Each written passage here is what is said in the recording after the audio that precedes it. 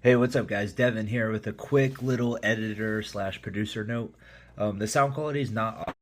I apologize. We're like a jerry rigged setup with the third mic with Jaden joining. I did my best. I have been editing all week in between my full time job and coaching and training and getting my workouts in. So I do apologize, and we're only going to get better. So it is what it is. Full transparency. It's just not the best, but this is the best it's going to be. Um, Moving on to more positive news, Johnny Espinoza actually made us a intro song. So if you have an idea on how to make our show better and you're just like, you know what, I'm going to do this, do it. And if it's like a segment song or something like that, or the name of the segment like we've been promoting, or anything like that, shoot me the song or the idea. And if we like it enough to use it on the show, then you will get a free 8x10 signed by me in class. So really, really appreciate that, Johnny. Thank you so much. He's actually a very loyal supporter. He goes to all the Winner Circle Pro shows out in LA. We're very, very grateful for his support and now the song. So without further ado, Pretty City Podcast, Episode 2. I did not mean for that to rhyme, but that's how good I am. And I hope you enjoy the show. Welcome to the Pretty City.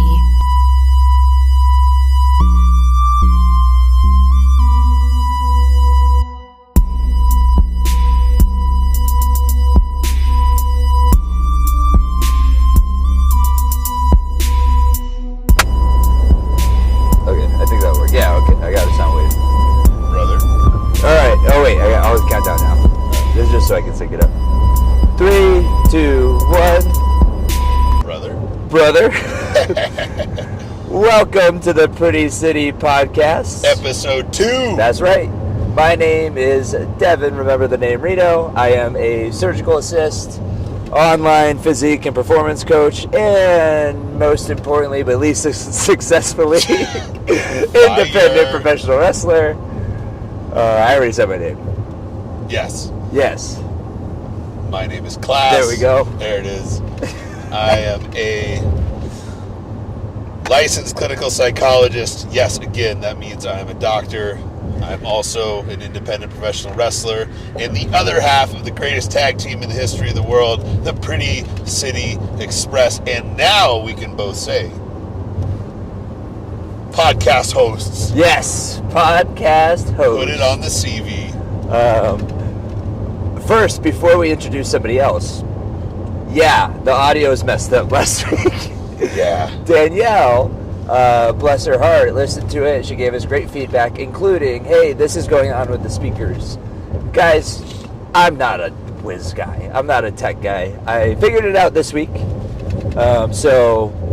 And we ran into other issues with audio. So there will be some growing pains, but that's all they are. They're growing pains. I like how you say you're not a tech guy, and yet you figured all this out with, like, no real issues. That could have taken me a lot of angry fights with ChatGPT and, like, some gray hairs and some frustration.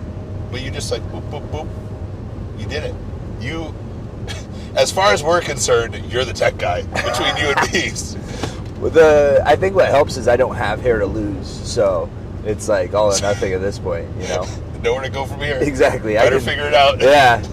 All right. On that note, we are podcast hosts.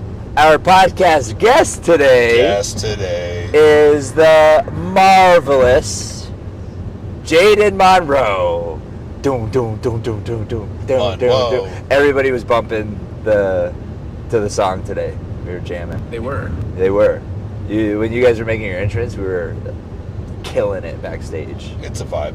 Am I allowed to sing it on the podcast, or is that copyright? Do it. Let's. I don't know if your voice will be close enough for copyright, but let's see. The letter. Yeah. No, do it. I'll hit the beat. Okay, ready. Like the letter after your failed cheetah. That's all I got. All right, there we go. I think that was great. I also think we want to retain our listeners. That's fair. It's a fair statement. Very fair. Just kidding. That was awesome, Jane. Thanks.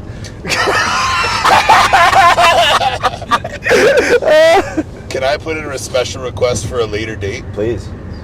I want to request that on my birthday, Jaden sings "Happy Birthday" to me. Oh yeah. So We have to do that. little Easter egg. Stay tuned, everyone, for a What's- future episode. Should we give the backstory there? Yeah. Okay. Absolutely. So I don't think we spoil how he sings it. No. No. Okay. Save that for the pod. So yeah, we'll save it for the pod. Who? Okay, so why? Whose birthday was it? I believe. Why were you singing it that day? I believe it was Sheik's birthday. Oh, that makes it even better. Well, that was at the In-N-Out, right? Right, but he was singing "Happy Birthday" all day. But yeah, it was before that. Yeah. Was it because it was Sheik's birthday? You were practicing, like Or did you jokingly put practicing. me on the spot in front of Sheik? We because I had definitely a did favor? that. But Yeah. we put you on the spot because you'd been singing it all day, and we're like, "This is too good." Yes. So the question is, like, why did you start singing it that Yeah. way? Or was that just an ongoing bit? Yeah. And we were like, "Hey, it's Sheik's birthday. You better sing to him." Right. I think that's what it was. Yeah, that might have been what it was. So, anyways, Sheik, as aforementioned, Nice. he was the promoter of PCW Ultra, which was probably the hottest and best indie in SoCal for years. Absolutely. In SoCal, one of the big ones in the country. He's also known as Sheik Joseph Samael from MLW. Really a huge mentor in our careers, in Yeah. our lives so far. Former NWA World Heavyweight Champion. Yep, former, Done everything. 10 pounds of gold holder, like the whole bit. So, Sheik ran Ultra and is obviously a very respected veteran, and just the promoter of one of the hottest indies there. And the training center helped out Ultra during setup. So we would drive out to LA on Friday morning at like 3 in the morning, get there at 10, work all day, ring crew, setup, the whole bit. And then their show started at 8 p.m. Then we wouldn't get out until 1, 2 in the morning because we had to tear down. Then we had to drive all the way back. And Yep. sometimes we had a show the next day. Yeah.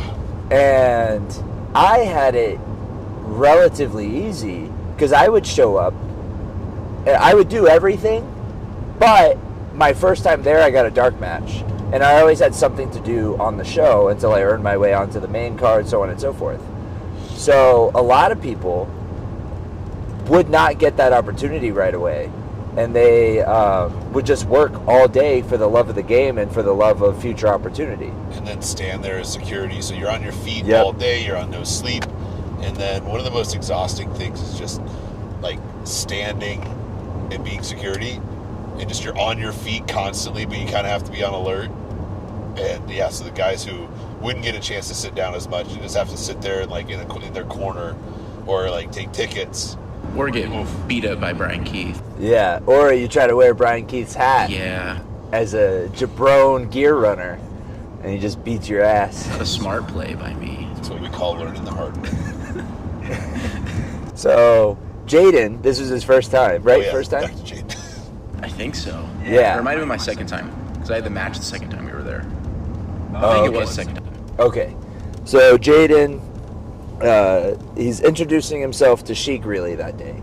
Because Sheik, I mean, let's be fair. He doesn't pay attention to you if you're just a worker or whatever. He appreciates you, but he has so much stuff going on that day. The thing that I noticed is he's very observant. So, like, if something sticks out in a good or bad way, he notices, but he doesn't say something. And so, Jaden, we were like, hey, bro, you got to get noticed. And Jaden would sing Happy Birthday a certain way. And we made it through the whole show, whatever. We leave the show. We get out. We get to In-N-Out. Yep. And we get in line. Who's right in front of us? Sheik and Amy, his wife. Long day. Very successful show. He's tired as hell. And us goobers show up. Me, Class, Zamaya, and Jaden. I feel like there was somebody else. It might have been Kevin too. Oh, Kevin, you know of what? course, It of was course. probably Kevin and Sonny because I think it was Yes. before that fair show. Kevin and The Sonny, yep. Chatworth show. Yep. And so Kevin Koa and his awesome girlfriend Sunny were also there. And we like we walk in and she goes, "Oh God." And it was like, "Hey," and so we start talking, whatever. Then we like kind of whisper, like, "Jaden, here's how you stick out. Like, yeah, like here's how you show some personality. What are you gonna do?" And then he just starts singing "Happy Birthday" in this very unique and amazing way. Amazing. very unique and amazing way. And we're all in this like crammed in and out. And he puts his arm up on the wall, and Sheik's just there, and he's like, "What the fuck? Oh, well, no, I cussed.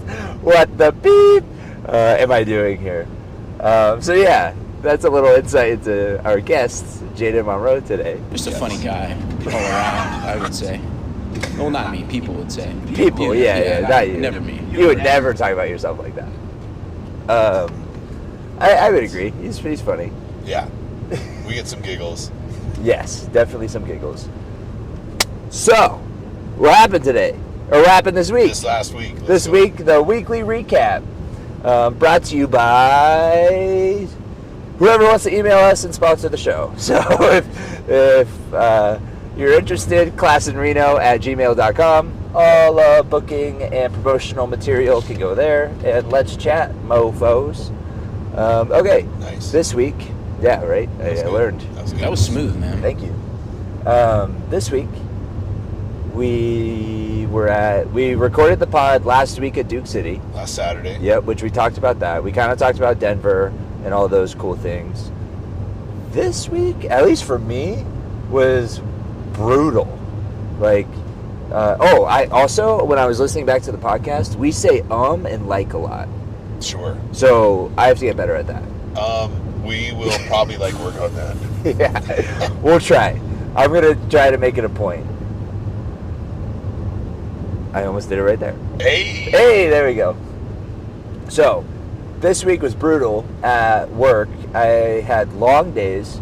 Our autoclave broke. We're a smaller surgery center, so everybody has to do everything. Like, we all help each other out. I help the nurses out. The nurses help the scrub techs out. We all help the surgeon out. It's just, and I have a great team, so we all just step up and help each other. Well, the autoclave broke. I took it upon myself to try to handle that situation. One of my days off turned into a 10-hour day, and so on and so forth. So that was kind of the week I had. Still made it to training most days, besides Monday. Then got kind of sick on top of that. Then, today, had the day off. It's Friday. But it's not really a day off, because we went to Future Stars of Wrestling. Future Stars of Wrestling. We'll get to that, but how was your week? Yeah, my week was the same, man. I did it. Oh, yeah. My week was about the same. You caught it, though. I caught it. We had so much to do over the weekend, and we got so little sleep. And my sleep is such a good routine that by the time we got home at 9 o'clock on Sunday morning, I tried to go to sleep, but I couldn't. And so I just stayed awake, and we're on dang it.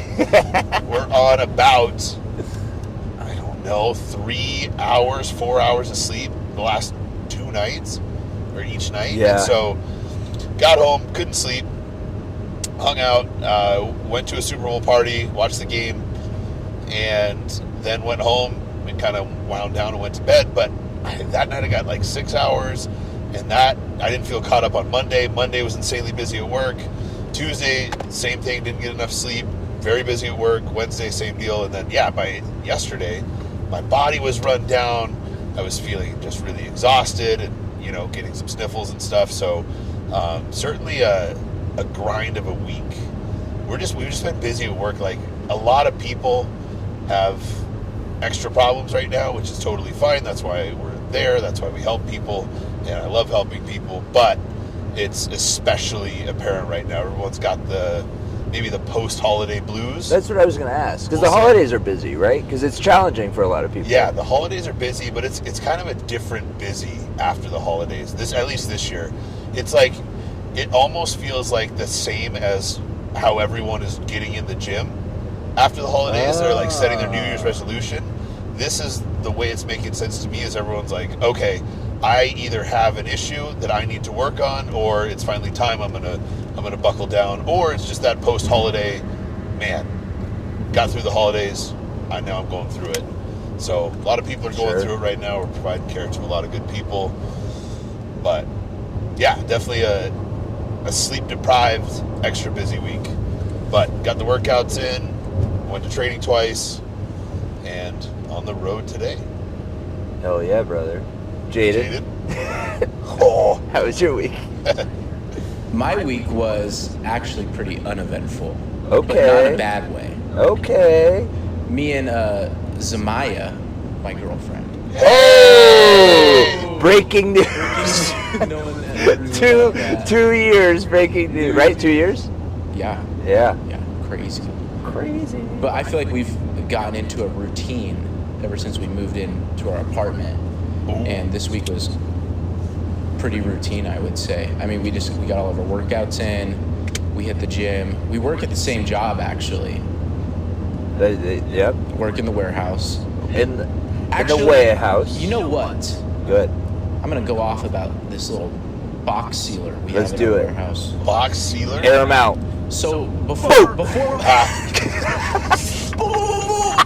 All right. before we got this box sealer, we were taping all of these orders by hand. Okay. Which was not ideal. Because we sent out about 1,500 orders a day. Yikes. GD.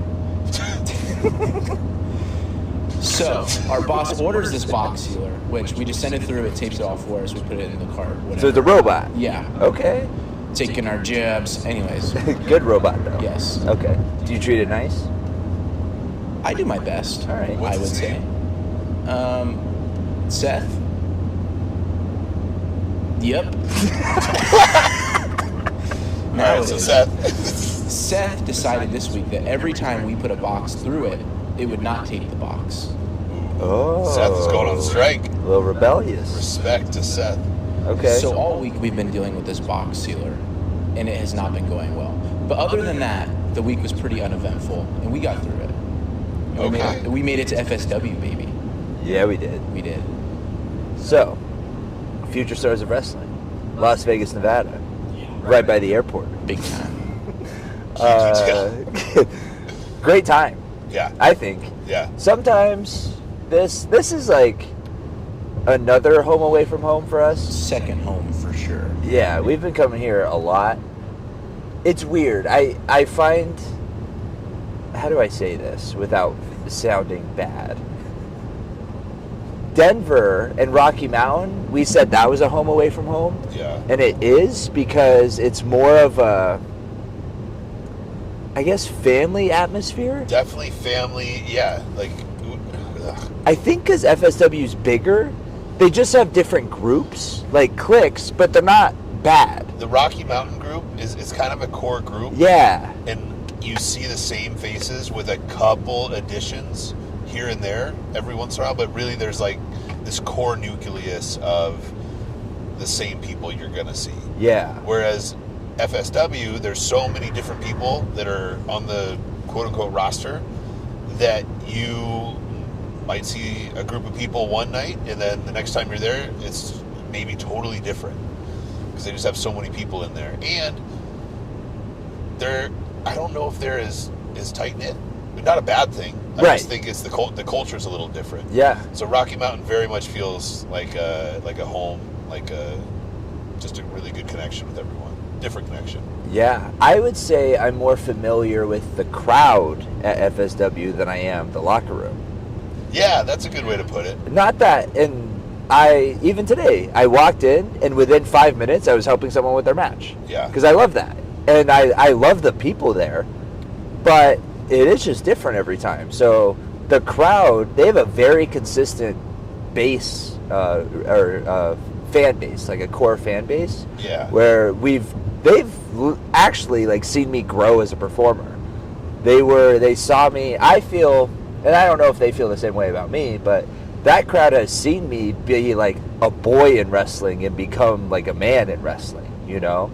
So that, it always is special to me when I get to, whether it be, you know, if they have a 20-person crowd that time, which recently has been really rare, or 100. It's like these people have a special connection with me. and I appreciate that. So it makes me want to work hard for them, you know? Yeah, that makes sense. I think the other thing about Rocky Mountain that's a little different is, like, think of the amount of time we spend with the boys, getting everything ready. True. Because Rocky Mountain, those days are super, super long. And whereas FSW, we show up, do the show, and head home. Whereas Rocky Mountain, we're there for the whole weekend. Yeah. And we're spending a lot more time with the guys each day because the days are just longer. So you have more time to talk, you have more time to connect, and just, hang out. So maybe that's developed the relationship with them a little bit differently too. Yeah, that's a great point. I would agree with that. Yeah. So today we had it was supposed to be a 6-man tag. Yes. Pretty City Express and Damon Ace against Fresco, Watson, and Demir Morningstar of Lights Camera Faction. Damon Ace, buddy, I hope you're okay. He's very, very sick. Like, we were talking about how we got hit with something. He got hit with something way worse. Yeah. And he's just in really rough shape.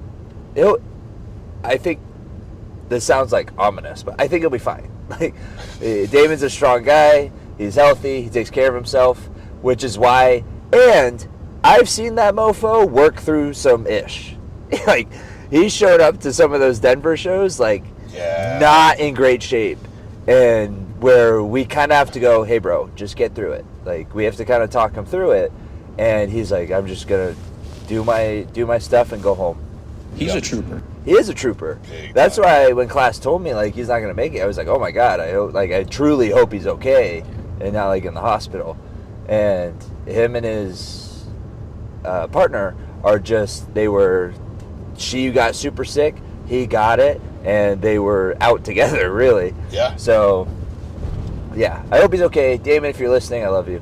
Yeah, And love you, hope you're okay. We adjust. That's show business, right? So we ended up doing a tag match today.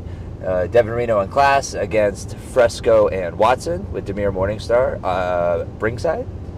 And maybe not. Some would say that allegedly we had help from RJ Wild and Jaden Monroe. Allegedly.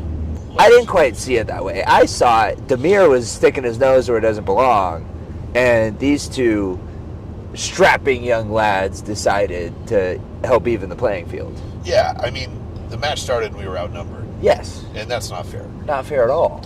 We always have an insurance policy. We always are 3 steps ahead of the competition. Yep. And that's all that happened. It was just good game planning. Excellent game plan. Me and RJ just really felt like it wasn't fair.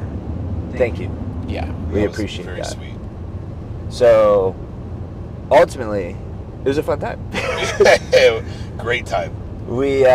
This was one where the crowd was hot. Dave Mazzani sold a bunch of tickets. Thank you, Dave. He's a firefighter. He's a firefighter. And does a lot of work with the community and does a really good job of, like, promoting and getting people who are new to wrestling there. And those are the best crowds. They don't care about work rate and 5-star matches, and they just want to be entertained. And so when you can have a match that flows in a way that I'll put it this way, and I don't want to get too, like, behind the scenes in the weeds here, but for me, if I can take a crowd that doesn't know anything about wrestling and take them on an emotional roller coaster through wrestling only by telling a story that makes sense, I've won the day. Huge win. Whereas before, I fell victim to, they don't know wrestling. Cool. I can just do, like, easy, I don't even know how to say it, like, easy, hokey things that I know will get reactions. I'd say shallow level actions to make them react. Yeah. Versus being more complex and more intricate with how you tell a story. Yep. And it's so easy to overthink that and go, okay, I want to, like, I said it again, I want to have a good match. Well, a good match to you may not be a good match to the crowd, right? So for me, if I can have the match I want and tell the story that I want but do it in a way where that crowd that has no idea what wrestling storytelling is reacts how I want them to. That's the craft. Yes. I felt very proud of a match last month that we had at a fair. Me and Spotlight Jaden Cole, FSW student, actually, standout, I would say, very good. We had a match that was kind of like a wrestling-centric match, like a quote-unquote more work rate type match, but the crowd was in on all the false finishes and all the dips and dives that we wanted to take them on, and they had probably never seen wrestling before, at least live wrestling, and that was like a feather in my cap. I told Jaden afterwards, I was like, dude, we had the match that we wanted to, but gave them the show that they didn't know they needed. Yeah. And that to me is the craft and the art of wrestling. If they can go and react every way that they want, and also kind of be like, whoa, like this is real, like whoa, that to me means mission accomplished. We're on a different level. Absolutely. And I feel like that's what today was. Yeah, it really felt like that. Very, very proud of us. Yeah, great time. Good, successful night. Jaden, you had a match I did have a match. before helping us. Me and RJ Wild against Yep. Mariachi Montaña. Those son of a bees. Son of a bitch. The outcome, not exactly what we planned. Ours either, but we don't have to talk about that. Yeah. That's not relevant here. I also felt good about the match that me and RJ had. Yeah.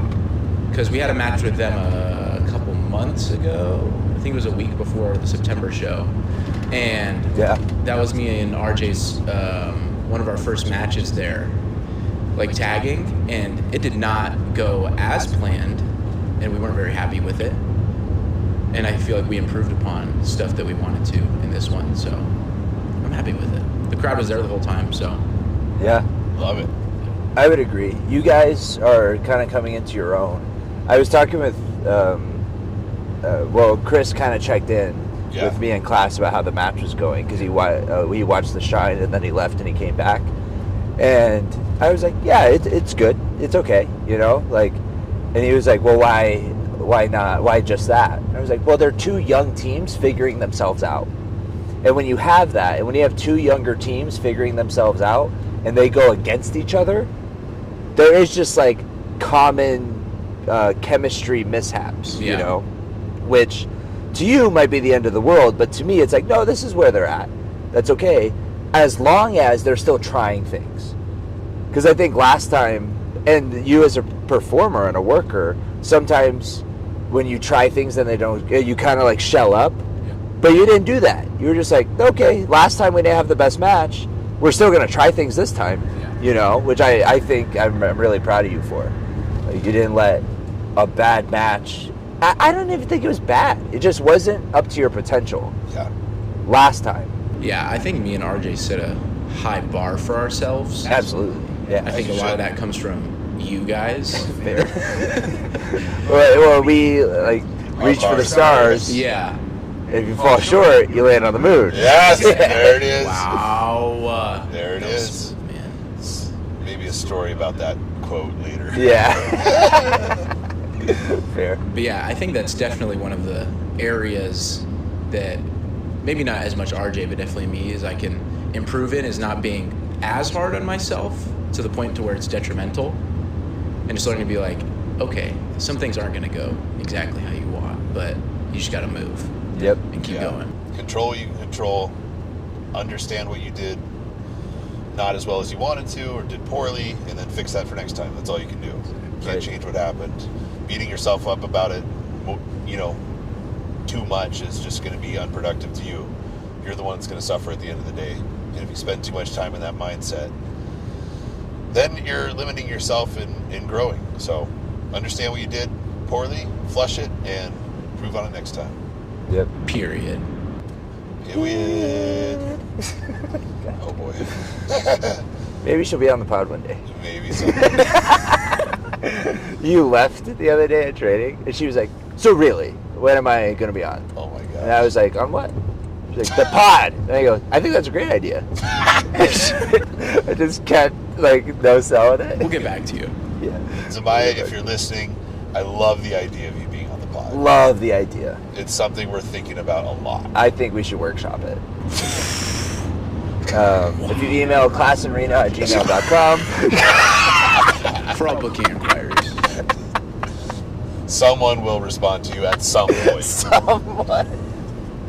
Someone will they'll be in touch. We'll be in touch. All right. Are we ready for the seg? The seg. Real quick, can I do a update on the seg from last time? Yeah. The guy won. He won the Sam Darnold won the Super Bowl. Nobody. Nobody asked you, Jaden. Boo. Oh, I thought you said boom. Oh. Hey man, I'm a Patriots fan, but like, good for that guy. Yeah, he finished the story. Ooh, good call. Won the Super Bowl, and he played a good, solid game. It wasn't lights out. It wasn't a Tom Brady against the Falcons-esque performance. He did exactly what he needed to and won the game. So, really excited for him. Very happy that he was able to do that. You know, after all of the crap he went through, it's really, really exciting. So, Sam, I was rooting for the Patriots, and also very, very happy that for him that he won. Fun fact. Hit me. Now that Sam Darnold is a Super Bowl winning quarterback, USC has joined a club of colleges, one of 25 colleges, with a Super Bowl winning quarterback and an astronaut to graduate from their school. No way. Ooh, that's a fun one. That is a fun fact. Yeah. All right.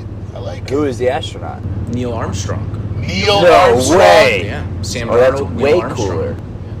Huh. Wow. You know, he allegedly went to the moon. Allegedly. Allegedly. More on that later. Let's workshop that at a later date. I think, I'm going to be honest, I didn't watch the Super Bowl. I know. We were texting while... Oh, that's right, yeah. I forgot. You were doing cardio. I had to grocery shop and meal prep, and I slept like all day because I felt like trash. And then I remember I was like, all right, I'm going to get this I'm going to go grocery shop. And then I went, oh, damn, everyone's going to be there from the Super Bowl, or for Super Bowl parties. So I go, I'll do cardio first, then I'll go to the grocery store. And then the class texted me about, I was texting you about the 8x10s. Yeah. Yeah, I was texting you about that. And then you said something about the Super Bowl. I was like, oh yeah, bro, have fun. Let me know when the game starts so I can go to the grocery store. It starts at 5:30, right? Yeah. This isn't like 5:10. Like, no, man, it started at 4:30. Like, oh, so I should be good then. Yeah. He was like, the first quarter's done. Yeah. And I go, oh, sick, I'll go. Yeah. So yeah, from my understanding, because I would like check in on the score, right? Yeah. I literally would just Google Super Bowl score. Oh, damn, okay. Nice. That sucks. I hope they come back and move on. It was like a very defensive game. Very defensive game. Because they're great defenses, right? Yeah, Both of them? Yeah, two great defenses. Not, like, for defensive-minded people or interested people, very fun. For the casual viewer or for even most people, a pretty boring game for the most part. Sure. But it's the Super Bowl. It's a spectacle. It's exciting. And those are going to happen. Every Super Bowl isn't going to be this epic showdown. And I think some people were a little bummed out by it because almost all of the playoff games leading up to it were very, very, very good. Oh, that is true. Yeah, that's fair. So a lot of really great games leading up to it, and then this one, again, defensive game. What are you going to do? It was the Super Bowl. Two of the best teams in the leagues were facing off against one another, and just not as exciting of a game as there has been in years past, which is totally fine. Do you, on the playoffs, every time I would like go to a family member's house or something and they had the game on, it was like a nail biter. Yeah. It was crazy. I was like, this is an insane like stretch of games. Script was going crazy this year. Script was going crazy. They just like Game of Thrones did at the end. 100%. I think there was something you know what I really appreciate now is Mike Vrabel's coaching. Yeah. My God. I think I was telling you guys about this. Like, the more I hear about the strategy that goes into football, and like the game planning and what they look for and how it's like really like drafting war plans. Yeah. That is actually what's getting me interested again. Yeah. Because I want to know like, oh, why did they attack that way? Because it reminds me of wrestling, of like, well, why did they build it that way? What got the crowd to react this way? Like, and looking back, and that's something I really enjoy about like boxing. Hey, we're gonna fight this way from rounds 4 to 6. To lure them into this sense of security, and then we're going to switch up our style, like stuff like that, you know? Sure. It's like, oh, that's very interesting to me. So, Mike Vrabel, I keep seeing things about him, and I'm like, this guy seems like an awesome coach. And so many of the Patriots, even after losing, like Stephon Diggs, who's like a superstar, I would say, or a star, and he's a wide receiver, and they're known for being drama queens, right? And he's just like, no, this is my team. Like, they keep asking, like, people if they're going to leave and what's going on, and they're like, no, like, I want to be here. Yeah. And that, to me, is super cool. It says a lot about Mike's coaching, in my opinion. I know nothing about his success rate or whatever, but he was in the Super Bowl, and his players seemed to like him, so. That's, very successful. So, yeah, to put a bow on that, kind of finish the story from last week. Sam Darnold got his Super Bowl. So, with that, Devin, we need a horror song. It's dun dun dun. dun. Oh, you went high. That's right. Fire. Is that the Jason song? Could be. All right. Oh, speaking of Jason, yes. As I was buying my protein donut at the gas station just now, which delicious. Delicious. Legendary Protein Donuts. If you want to sponsor us, please classromeno at gmail.com. We know that this. All right, so we checked into the gas station at like 12:30. Yep. The late night gas station employees, eccentric. Yep. The guy starts. I was like, "What's up, man? How's it going?"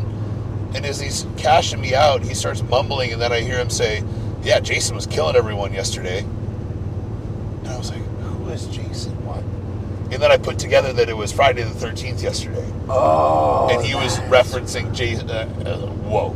Okay. It's an odd thing to say. It was an odd thing to say to a complete stranger At 12:30. 12:30 at night. Can I be honest? I didn't tell you guys this. Oh no. He said something to me, Oh no. and I went. I feel like I'm a friendly guy.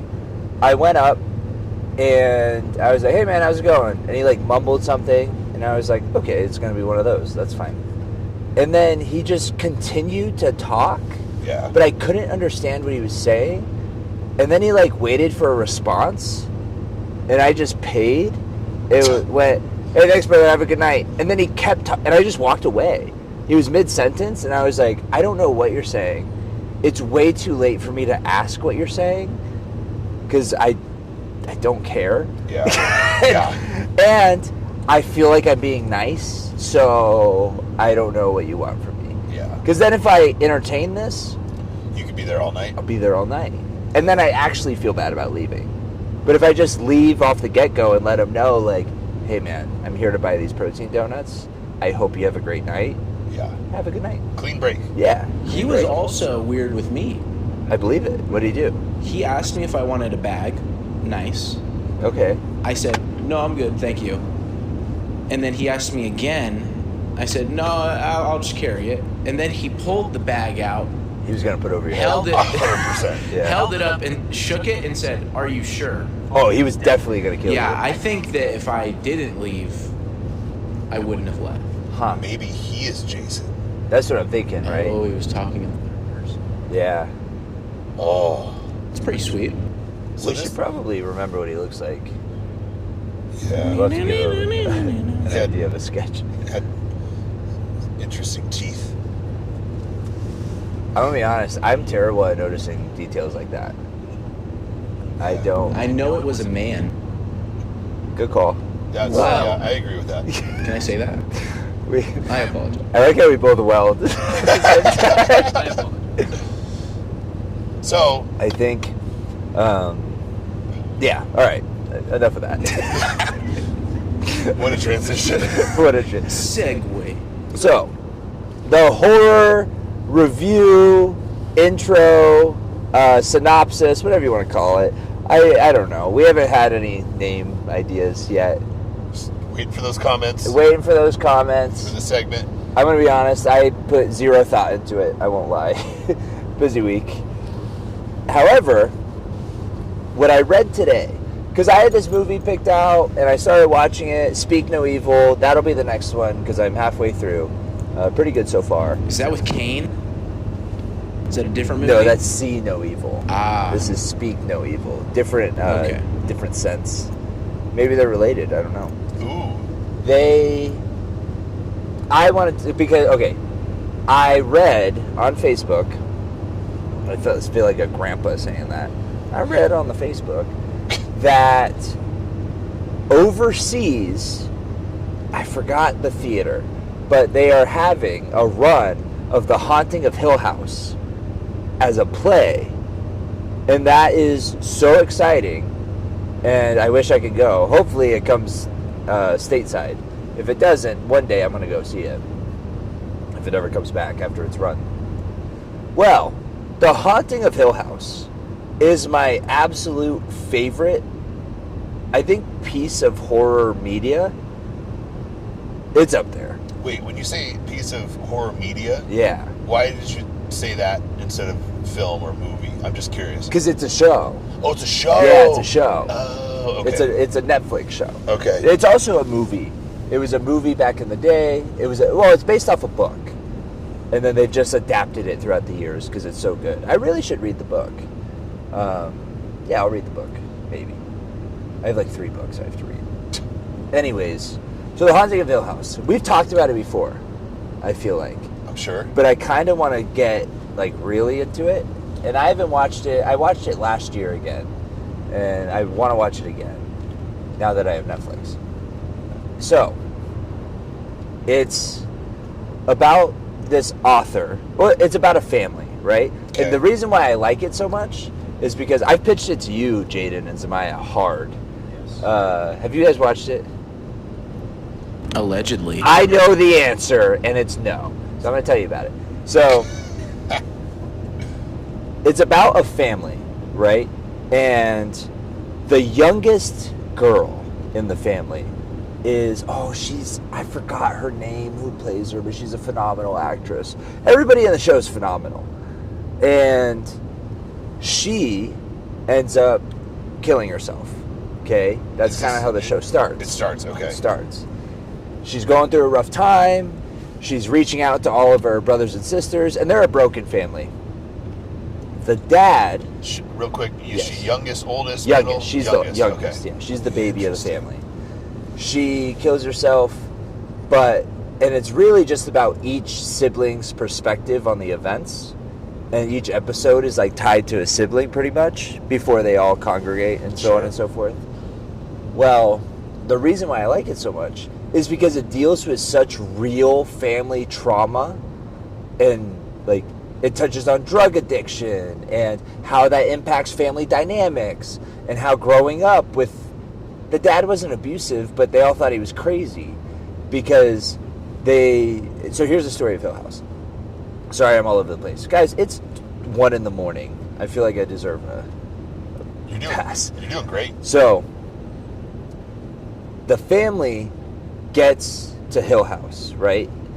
The dad and the mom have all of these kids, and they move into this house with the idea of turning it into the dream house.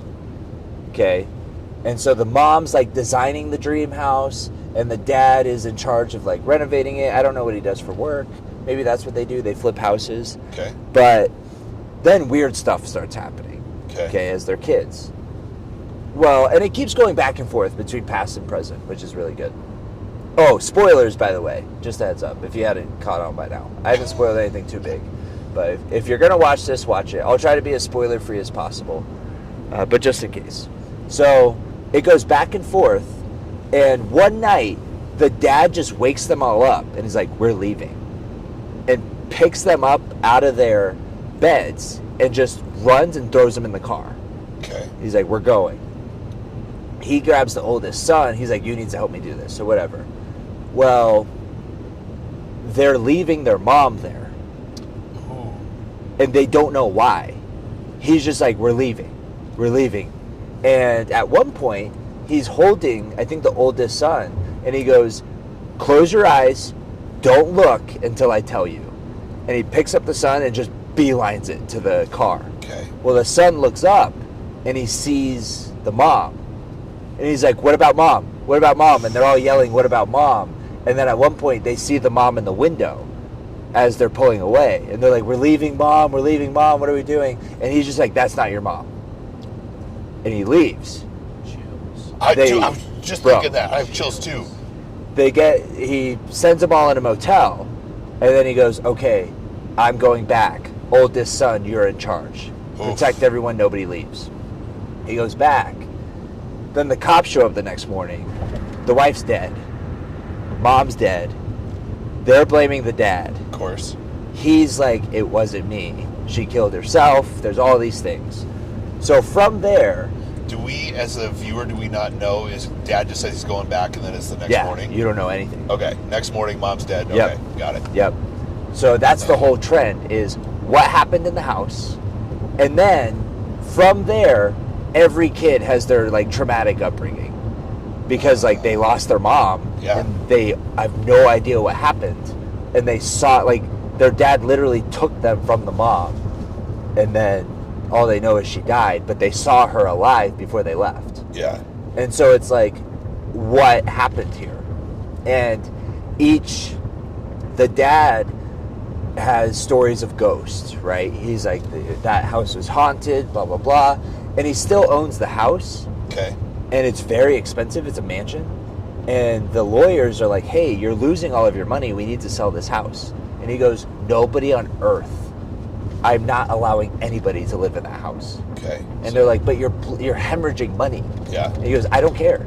He goes, that house is off limits for anyone. Nobody's going to live there. He's aware that there's some dark things that the house is like capable of. Yeah. Okay. And nobody's believing him.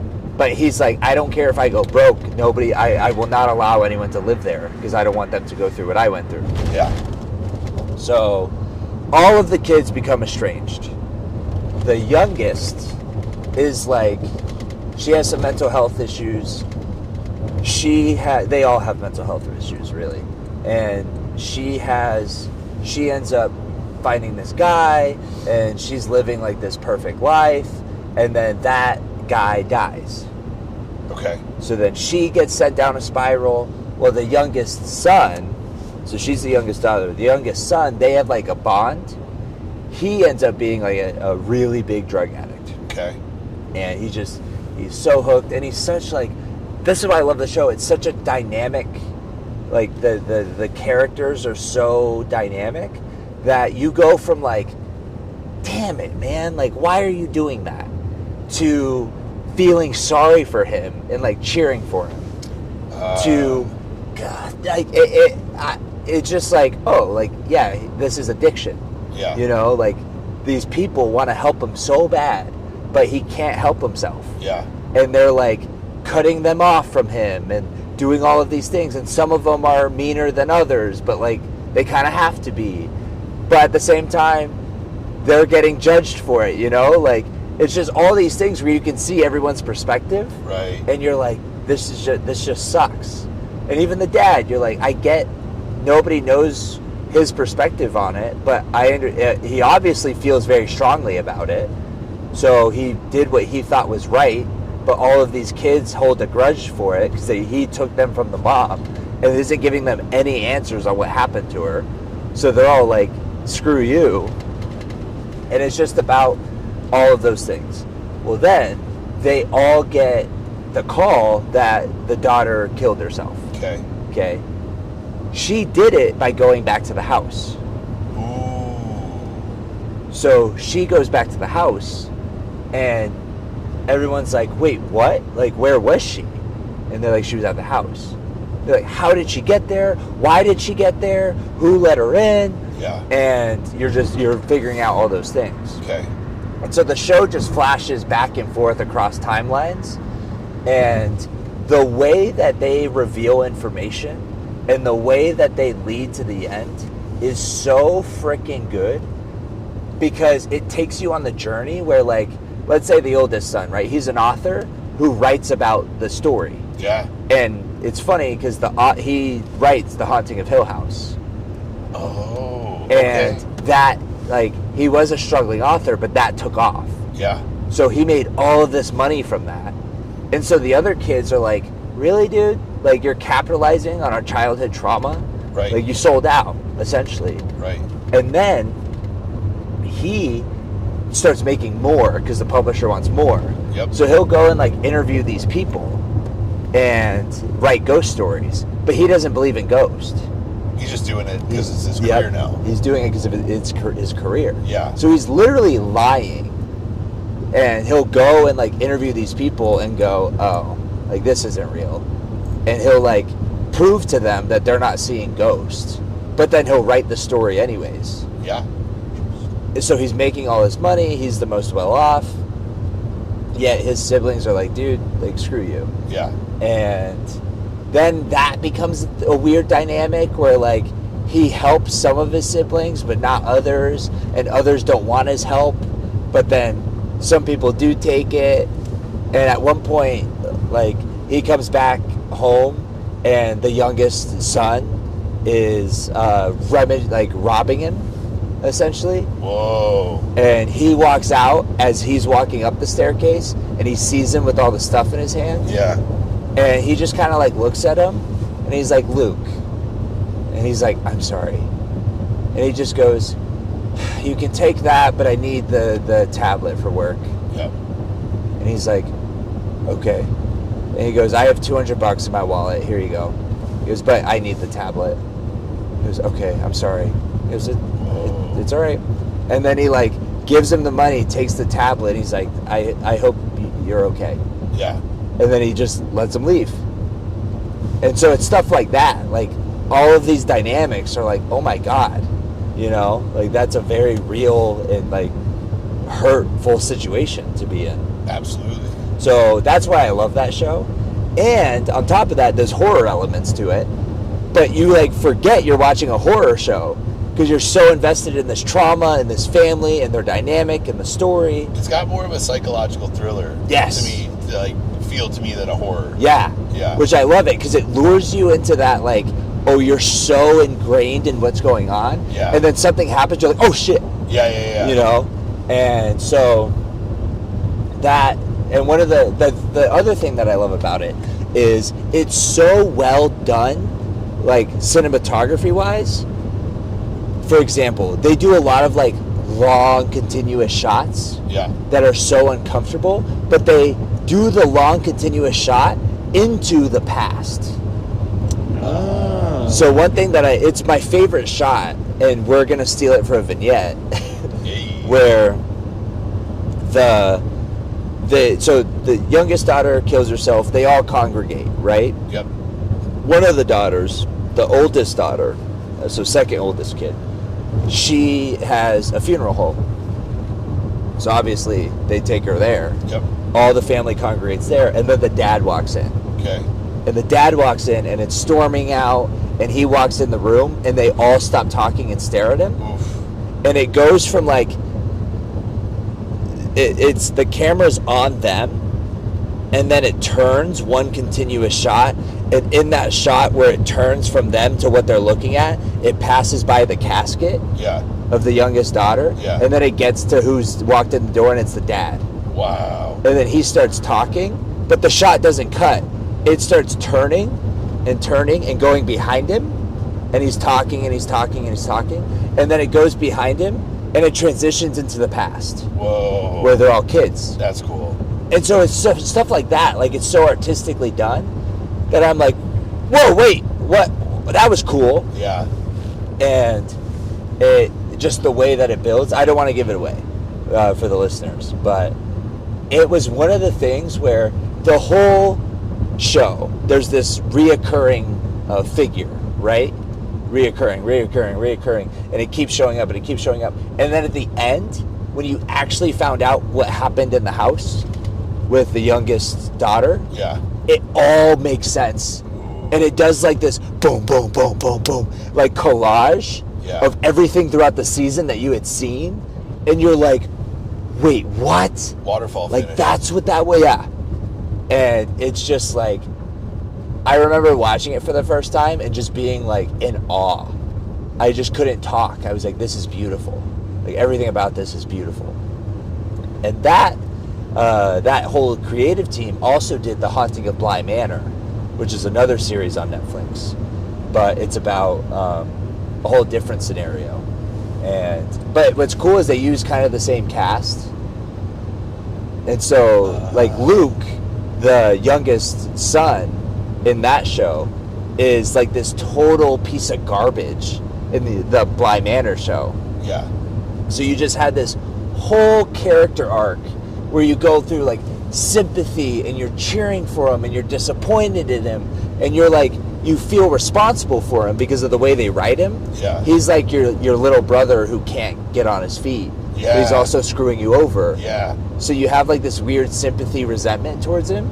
Yeah. And then he's in this show and you still have that and you're like, oh, you're a total prick.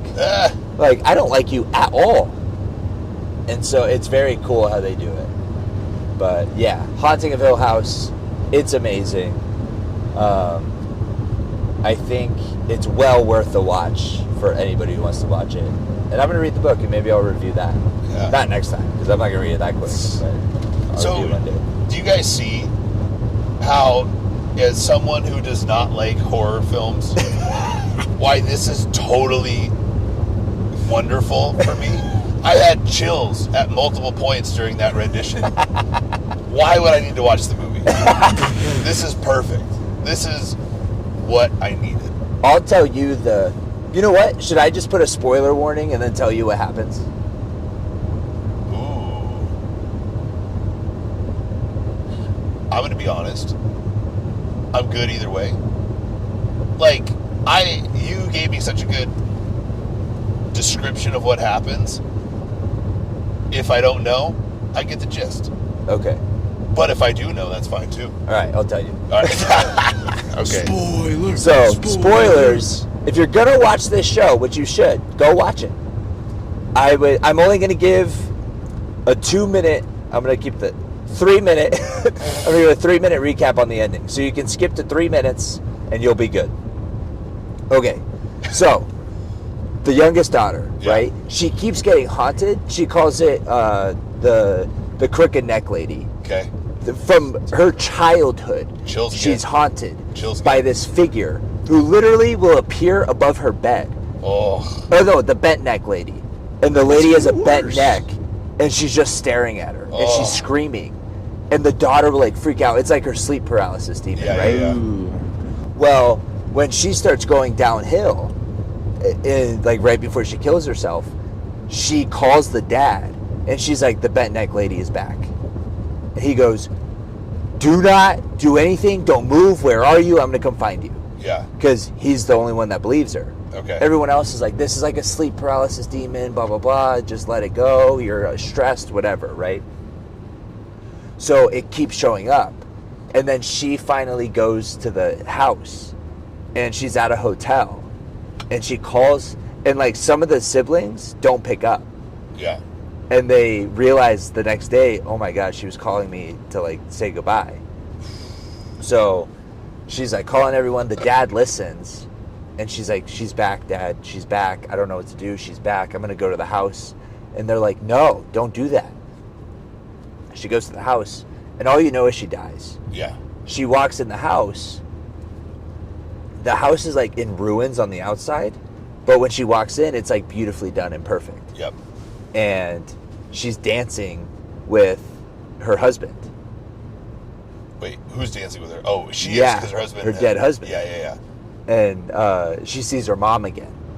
Oh no. So she's like, oh, and it's so cool because like the house is beautifully done and the mom's there and they're dancing, right? But then it cuts to what it actually looks like, and it's in ruins, and she's dancing in this abandoned house by herself. Chills. So the whole show, it's stuff like that. Wow. And it keeps going back to her in the house and then real life between Yeah. episodes. Yeah. So finally, you see what happens at the end. She hangs herself. Okay. Well, she puts herself in the noose and she jumps off the balcony, Yep. right? As she fucking dies, it cuts to every scene that the bent neck lady was in. She was the bent neck lady. so many chills. Bro, it goes, she jumps off and it goes, doom. And then it goes, doom, doom. And she drops into every scene that you had seen throughout the movie of her. Holy buckets. And you're like, what? She's been seeing this figure since she was a kid. Yeah. So she had no choice. This was always going to happen. It was fate. Yes. Dude. Wow. Isn't that crazy? Yeah. Like that, I was like, that whole, okay, it's 3 minutes, so I won't say anything. But that whole end montage, Wow. my jaw was just dropped. And I was like, this is so, like, this is beautiful. Yeah. I well worth the time invested in watching that. Yeah. Guys, watch the show. It's so good. Unless you don't like horror, then listen to this. Yeah. Fair. But yeah. So that's the horror review. What? Horror passion rant? I don't know. Horror rant. Well, I don't know. That sounds Easy. kind of, yeah. Easy. Ooh. I don't know about that one. Beep. There was a hard H. Yeah. No W. All right. What's next? Oh, the Q&A. Questions. You know, when you ask a question, it gets an answer. How's that? That was wonderful. Thank you. All right. I'm going to be honest. I didn't look at Okay. questions, so if you want to go. Unscreened I got question some and ready. answer. You are going to Can I have to... see some? I'll read them. You're going to have to read the person. Okay, I can do that. So, all right. Start with question number 1. Oh, you're good. There you go. All right. This is your question? Yep. That you picked? Okay. Question 1. How does a guy with high metabolism put on weight? How do you stay motivated in the gym? The Wrestling Guy store. The Wrestling Guy store. Yeah. Yeah. Awesome. First off, the Wrestling Guy store is located in Phoenix. They are a phenomenal sponsor of Phoenix Championship Wrestling, and they have a store just for wrestling merch. Yeah. Very So if you're a wrestling fan, which you probably are, and if you're in the Phoenix area, which you probably are, if you're listening at this stage of the podcast, go check out the wrestling store. They're amazing. And I'm like a wrestling merch mark, so I still haven't got in there. I need to. I really need to. You're a big t-shirt guy? Do they have t-shirts there? Oh. Great stuff. All right, I'm gonna go look. Also purchased a Kurt Hennig action figure. I was gonna say the action figures is more like what I like. I don't Sure. collect them, but I like looking at them. It reminds me of being a kid. Yeah. All right, how does a guy with a high metabolism put on weight? How do you stay motivated in the gym? Okay, so I'm going to give my perspective and then hand it over to the real expert. I don't know about that. But okay. I'm gonna listen. Attaboy. Well, you can give your experience too. That's what fair. You're kind of good. Jaden is a member of the House Dreamers. Just Yes. saying. Very successful member Very of the House successful. He's Dreamers. doing freaking awesome. Him I and try. Smile. Yeah. Okay, so how does someone with a high metabolism put on weight, right? Yes. Gain weight? Yeah, so I always tell people when they have a question similar to this is track what you eat. And don't change anything for a couple of weeks, but track what you've been eating for a couple of weeks, because so many times people with this same problem are like, I'm eating so much, I'm eating this, I'm eating that, yada yada, and it's like, okay, sure, let's track everything you eat, and you can tell me if you are in fact eating what you say you're eating or not. No matter what, every time I've had someone do this, they always learn something. Either, oh my gosh, I'm eating like 100 grams of protein and I should be eating 200 grams of protein, or I'm eating 190 or 250 grams of fat. Whoops. Yeah. Or too many like there's always data that comes from tracking what you eat. And if you track what you eat normally for a couple of weeks, then you have a baseline for, okay, here's what I need to add, here's what I need to take away, and there's going to be data there. The other thing that helps with is if you're not gaining weight, you probably just need to eat more food. And I know that's such an easy answer and such a simple answer, but if you're in a surplus of calories, of protein, of all the things, your body's going to have no choice but to gain weight. And if you're working out correctly and doing everything, you're going to be able to put on some weight. So my answer to that is track what you're eating. Get like a MyFitnessPal or any of the apps that do that. There's a bunch of great ones, free ones too. Yeah. And track what you eat, and then figure out what you need to add, what you need to take away. And I don't know. I always recommend too, don't go nuts with it necessarily. Like, okay, if you want to track calories, you're only eating 2,200 calories. Don't go up to like 4,500 right out of the gate. My opinion is go up nice and slowly. See how your body adjusts at each stage, because you might just need to jumpstart your body. You might just need to consistently get above, we'll say, 2,800 calories, and then see how it responds after a couple weeks. If you're still not gaining weight, cool. We're going to go up to 3,200 and go from there. And then your body's going to finally start to adjust, like, oh man, I'm getting all these extra calories, I'm getting all these extra nutrients. I need to start working harder to keep up, and boom, there it goes. And then if you're training correctly too, you're going to put on some muscle, etc., etc. So the simple answer comes down to track, and you're probably going to find out you're going to need to make some changes and then eat more. Second part, how do I stay motivated in the gym? Yep. Well, one of our good friends is Hammerstone. Yeah. That we have trained with for years. Yep. And so he's an absolute monster, freak, whatever you want to call it. So Devin and I always laugh about this, is that like, he is, to use an analogy, he's the carrot that will always be dangled in front of us that we will never catch up. Yeah. But it's something like, no matter, and I appreciate this perspective. I know that it's probably for just like a normal person, not the healthiest, but also I think it's what you're going to find with most, if not all, successful athletes is I can be as good as I can right now, but there's always room for improvement. Yes. I can always get better. And so that's why I think in a lot of ways, man, we're blessed to have Hammerstone in our lives and have him be a good friend of ours and a mentor and training partner, is that no matter how happy and how content we are, we can always do more and always be better, because he's always doing more and always being better. And so how do I stay motivated in the gym? It's the people I surround myself with.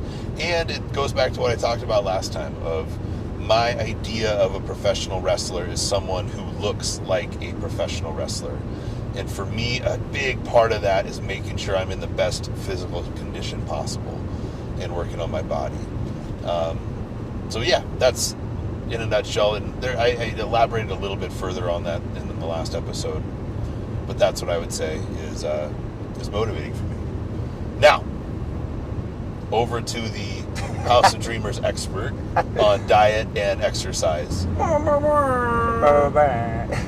I would agree with everything that you said. I think I'll kind of give you a look into what training looks like with me. But so right now I have a couple one-on-one clients that struggle with this, right? They struggle with putting on weight, and a lot of my group clients do as well.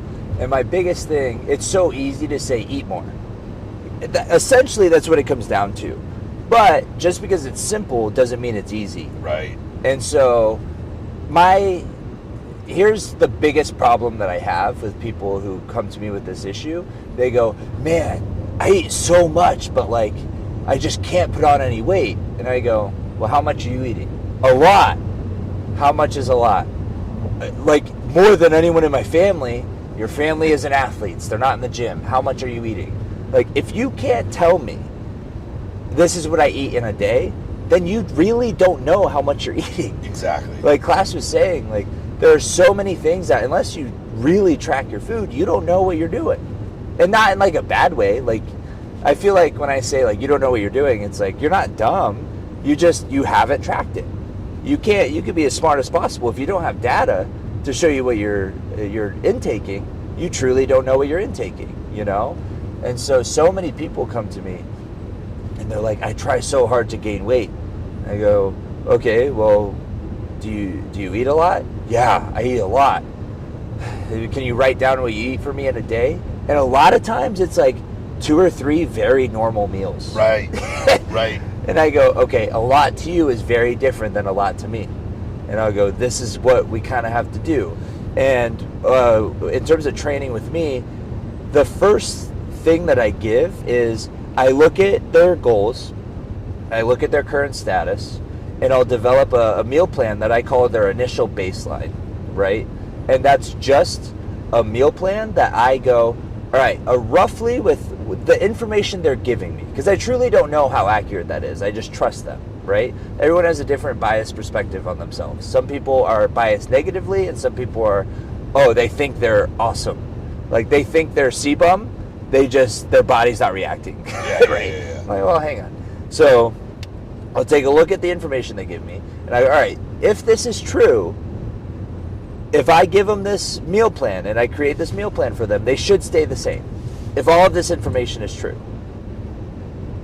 And then when I give them that meal plan and they adhere to it, their changes in body weight and how their body reacts, and you won't get like a physique change right away. Maybe you'll get like less bloating and stuff and inflammation because it's cleaner food. But that tells me, okay, the information they told me is totally accurate. If you're like, yeah, okay, their weight didn't really change over 2 weeks. They kind of look the same, maybe a little bit better because they're on a structured plan now. And that just includes better behaviors, which then gets implemented. That tells me they were accurate. A lot of times they give me that, I give them that baseline, and their weight either shoots up or shoots down. And I go, oh, okay, they didn't know exactly what they were intaking, which is fine. That's my job, right? So I figure that out, and then the first adjustments come, where I go, cool, now we have a baseline. And so as soon as I get a consistent week or two of relatively the same weights, and I have my one-on-one clients weigh every day. I want a minimum of 3 a week, but a lot of them do every day, and it's just so we can see the patterns. And the weight isn't the only thing you should be going off of, by the way. I have them send me pictures, energy levels, all of that stuff. All of that is incorporated. Because if you're just checking your weight every day, it can lead to a really bad spiral. I have one client who I tell, don't step on the scale. I go, we don't even care about that right now. I care about these behaviors and these foods that you're eating. And she's doing awesome. She's killing it. She was so worried about eating too much. This past check-in that I did today, she was like, hey, are you okay if I get a 4th meal in here?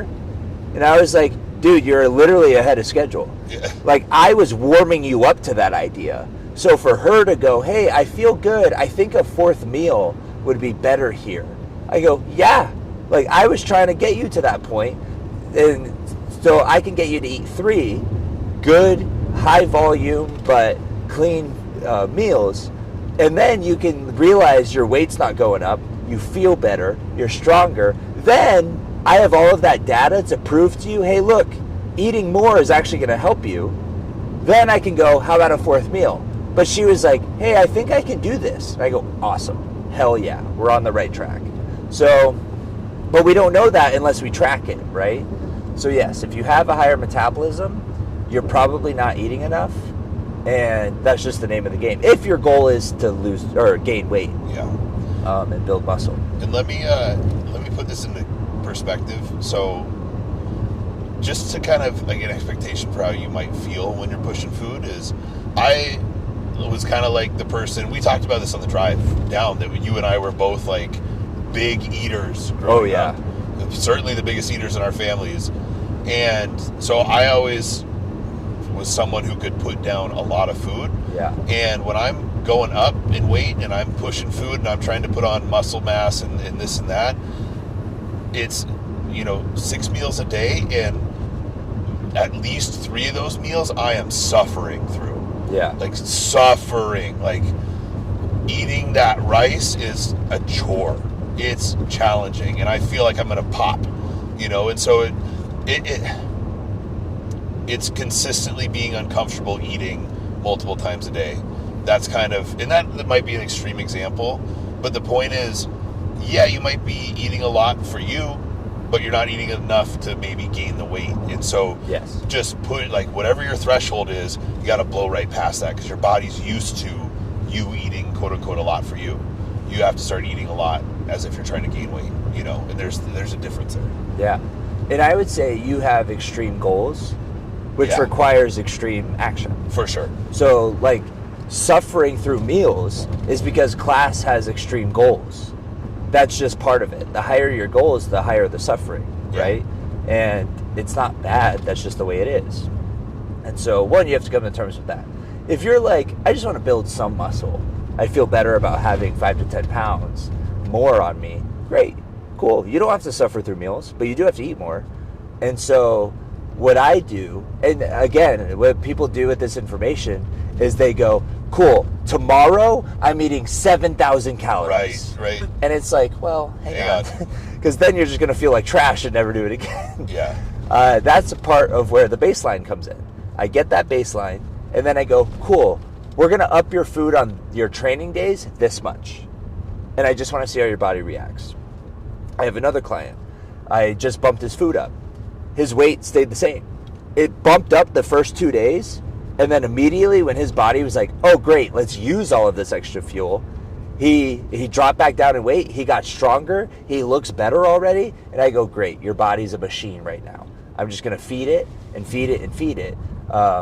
And he's not gaining weight, even though he's easily able to gain weight before, right? So he doesn't have a high metabolism naturally. But the fact that we've ramped up his food over time and have trained, he's so locked in right now, it's insane. But his metabolism got higher. So now it's like, cool, man, let's eat more food. Let's eat more food. Let's eat more food. And he's like, this is awesome. Yeah. And he even said, he goes, yeah, that 5th meal this last time was a struggle, but I adapted very quick. I ended up being hungry after. I go, exactly.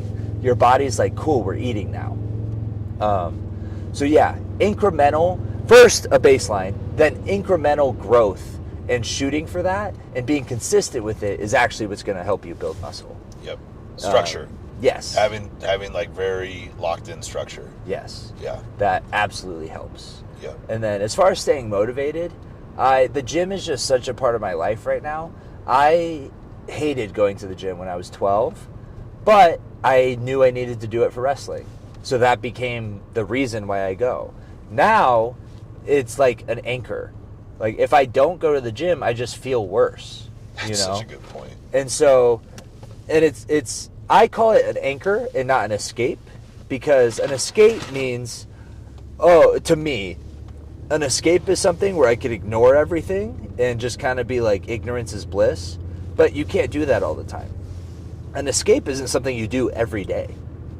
Like, if part of my routine is to escape, that's not a routine, and that's not an escape. That's avoiding the quote-unquote problem. Yeah. So I call it an anchor. Like, no matter what, I'm going to get this done today. Because then it's just something that I incorporate. And yeah, maybe I'm decompressed afterwards.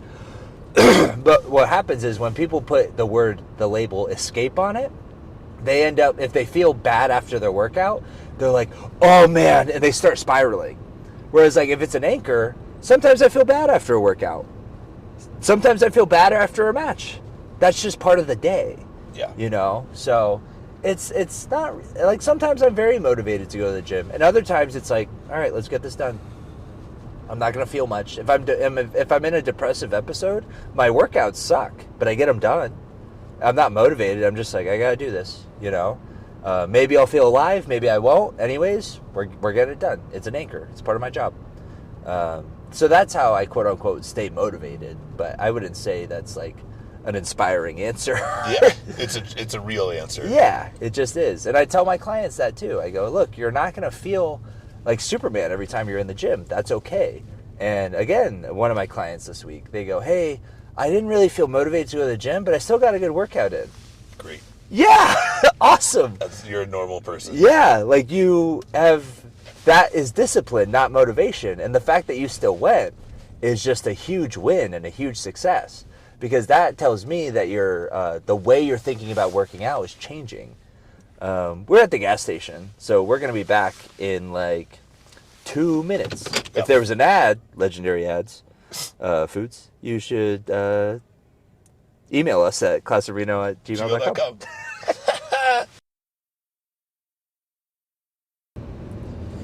Okay, and we're back. We heated up some food at the gas station. We got some caffeine. And Jaden, what'd you get? I got a Diet Coke. A Diet Coke. DC. DC'd up. The question. I hope me and Klaus answer it. We're going to have Jaden answer it. Because you are what we would call a hard gainer. Yeah. I think so. You have a hard time gaining weight. You struggle with eating a lot. And all of our advice right now was, hey, eat a lot. So I would like to know, as somebody who's been like with you on this journey, but also you've done it. You know, you're on a bulk right now. You're in the moment. You're dealing with this person, what this person is dealing with. How do you approach it? I think the biggest thing that has helped me when it's come to gaining weight is, and Devin, you know this because you make my meal plans, but you have to put in foods that you enjoy eating, at least to a certain extent, because everyone hates eating rice all day, obviously, but that's part of it. Devin knows, in my meal plan, I have 1 serving of hot Cheetos every day, which is fine because I don't overeat them. Yep. And it's something I look forward to at the end of the day, and it helps me get through the rest of my meals. And I think it's funny because we were talking about how some people are like, I eat 6,000 calories a day. I eat more than everyone in my family. That was literally my older brother for so long. And then I went to college and I figured out how calories work and everything like that. And one day, he said it again, and I had had enough of it at this point. So I was like, what do you eat? And then he wrote everything down. He gave it to me. I went into my fitness pal. I put everything. I was like, you're eating less than 2,200 calories every day. Oh, my God. There it is. Yep. There it is. So basically, kind of what Klaus said, tracking your food properly will really give you like a clearer picture of how much you're actually eating, and knowing what your what's it called, guys? What's it called? Your caloric expenditure. Yes. Daily metabolic rate. Yeah, your daily metabolic rate. That's good. That's an educated answer. Knowing like your macros, basically, I think a lot of people don't even know like what their baseline macros are to begin with. Oh, yeah. And I think even more than that, I found out that a lot of people just don't really know what macros means, or don't know what necessarily can identify a protein or a carb just by looking at it. So I think there's just like, for some people, that's lacking too, and there's some education needed around that. So if that's you, look up what macros are and get food lists for carbs, proteins, and fats. Macros are carbs, proteins, fats. Tons of research online. Start there, and then, yes, exactly what you said, Jaden. So basically, tracking your food, knowing what your baseline is, and then structuring your meal plan, or at least finding someone who can do it for you, and then include stuff that'll actually make you want to finish these meals, especially if you're someone like me who hates eating. Those are basically the tips I can give. That's probably the least educated answer out of the 3. What I got from But that it's the most practical. Yeah. I would argue. Yeah. very practical. Yeah, never mind. I was going to say, make a joke. No, go ahead, sorry. Go ahead. I was going to say, what I got from that was that you were calling Devin and I fat because we like to, because we love to eat. I mean, I feel like after the story I told you guys today, I deserve that. All right. This is too good not to share. Yeah, you got to go ahead and let me preface this by saying, and I told this to Devin already, I will be telling my grandchildren about this story someday because it's so insane. So, Devin and I were big eaters. Big eaters. Big eater guys. And part of being on these, like, I guess you could say strict or very disciplined, very disciplined, like, eating programs is to keep yourself sane. You have to have cheat meals. You have to have, or free meals, as we call them too. Yeah. And Devin he's kind of at the end of a cut and getting to the end of a cut. And he was talking about how he's really kind of, it's getting to those dog days where it's getting really tough and really challenging. And man, he's just been in a deficit for so long. And he said he kind of went nuts not too long ago and had some donuts. Some donuts. And then he quantified how many donuts he had. And would you like to share? I don't want to. But For the listeners, bro. for the pod. God, All right. So, when you say I eat a lot, this is why I kind of laugh at you. Yeah. For anybody who's like, I can't gain weight, I eat a lot. I went, well, listen. I went to Bosa. Well, okay. First I went to Filiberto's. You didn't say You that? did not Well, include that. I told you I had a burrito. Yeah, but I just assumed it was after. Why would I eat a burrito after donuts? You can't justify logic when you're about to share what you're about to share. Logic is Fair. out the window. All right, fair. So I went to Bosa, and they have some thicker donuts. Thick. Great donuts. Double C. They're phenomenal. I may have ordered a dozen for the ride to my house, and then another dozen for when I got to the house. How far away do you live? 5 minutes. So, just if I can clarify, you had a dozen donuts, 12 in the 5-minute drive home. Yeah, but to be fair, I wanted to give myself a little more time, so I took a right out and went down an extra mile, so it was really like 7-8 minutes. You So had that 12 donuts in 7 or 8 minutes. Yeah, bro. And then what happened when you got home? Then I got home, I, sat down, I relaxed, put on a show, and ate the rest of them.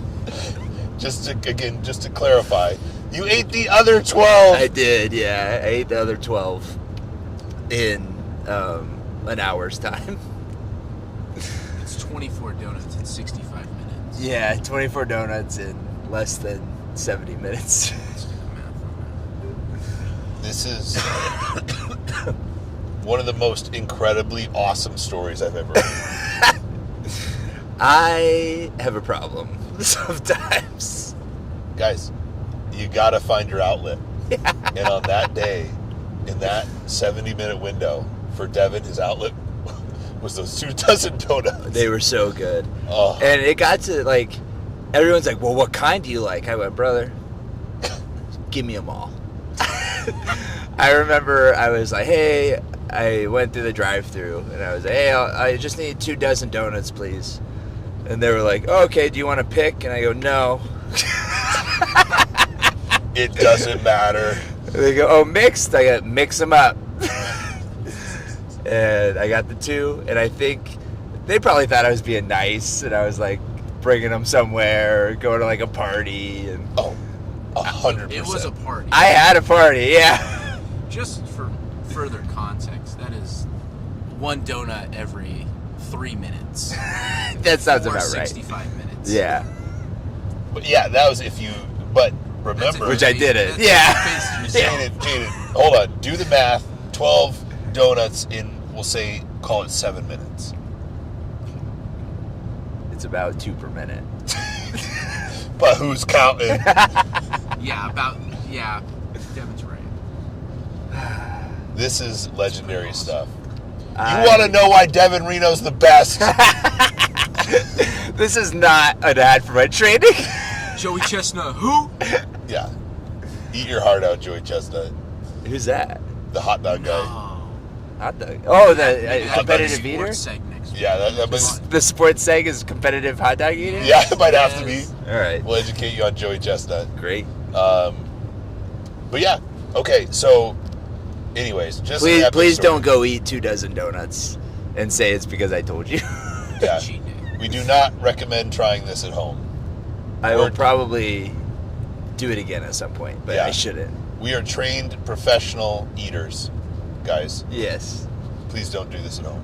We need like the old WWE do not Exactly, try this yeah, at yeah. home. Yeah. That's exactly what I was thinking. Okay, Jaden, Yeah. what motivates you? Yeah. This might be a boring answer, Okay. but it's going to kind of be the same as your guys's, just from a different perspective. Love it. If Hammerstone is the carrot that you guys are chasing, then I feel like you two are probably the carrot that I'm chasing. And I think it's just an endless cycle. Yeah, that's That's completely fair. And that's that goes back to what I said about it's really who you surround yourself with, right? Like you can be a guy who goes to the gym or girl who goes to the gym 2-3 days a week, but your friend group is full of people who don't go to the gym and don't exercise, right? So you could feel great about yourself, and that might be great for some people, and also it might be less motivating, because if I look around the people who I surround myself with and I'm the one who's in the best shape, then maybe that's less motivating. And I think for all three of us, that wouldn't really work. We have to surround ourselves with people who are as disciplined, as motivated, and work as hard as we do, and that makes us all better. It's like that saying, it's like if you're the smartest person in the room, you're in the wrong room. Yep, exactly. So, no, great answer. Great answer. And an honor. Thank you. And a privilege. Honor and privilege. Honor and privilege, sir. Power and privilege. Oh, throwback. Ooh, throwback. Hey. All right, Deb. All right. Yeah, I'll go. Got the question? Can I read it off of yours? I stole it from you. Oh, yeah. This might be a little bit of a weird one, but I think we all have different perspectives on it. Actually, real quick, I might edit this part out. Here, are you okay if we answer this one? 4. Yeah. Okay. I just think we all have unique experiences here.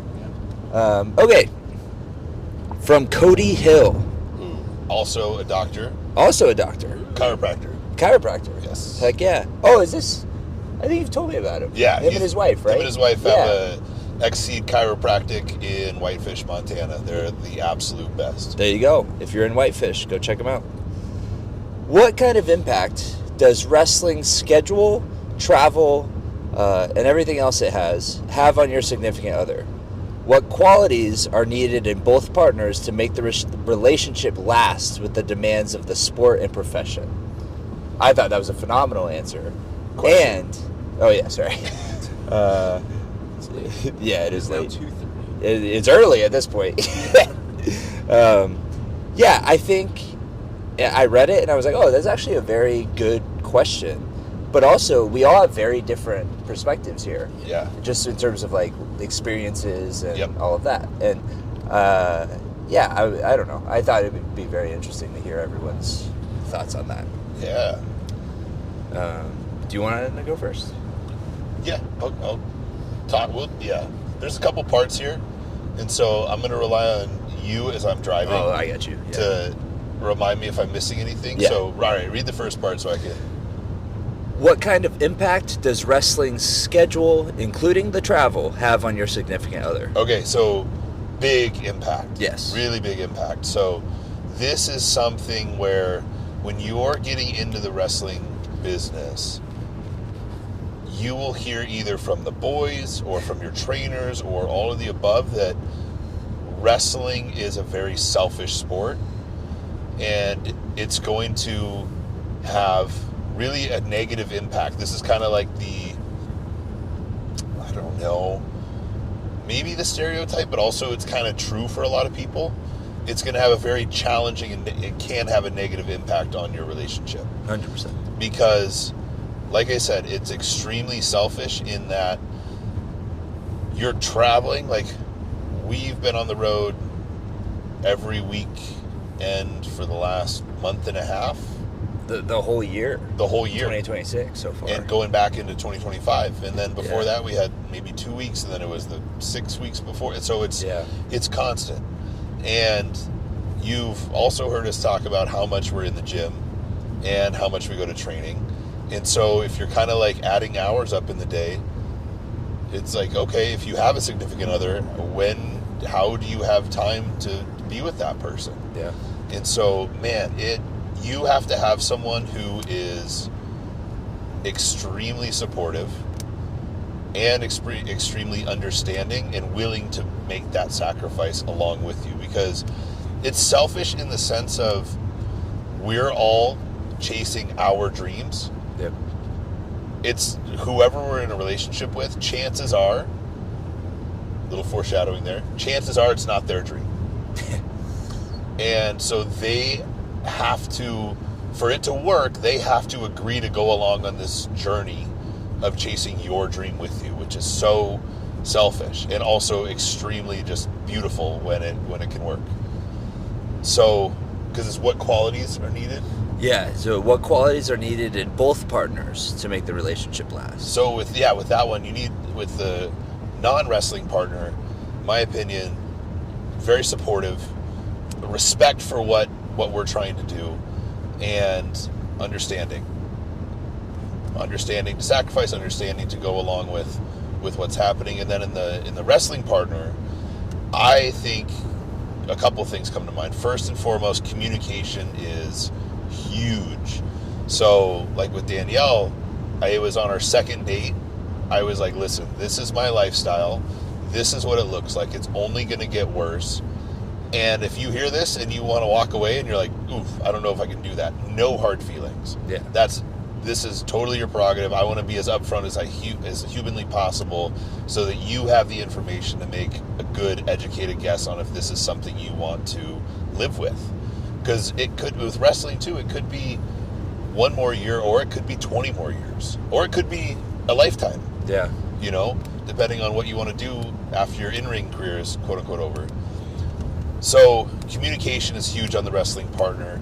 And then I think another really, really big thing is when you're off the road, when you're home, you need to be off the road and at home. You need to be present with that person so you can maximize the time you do have together.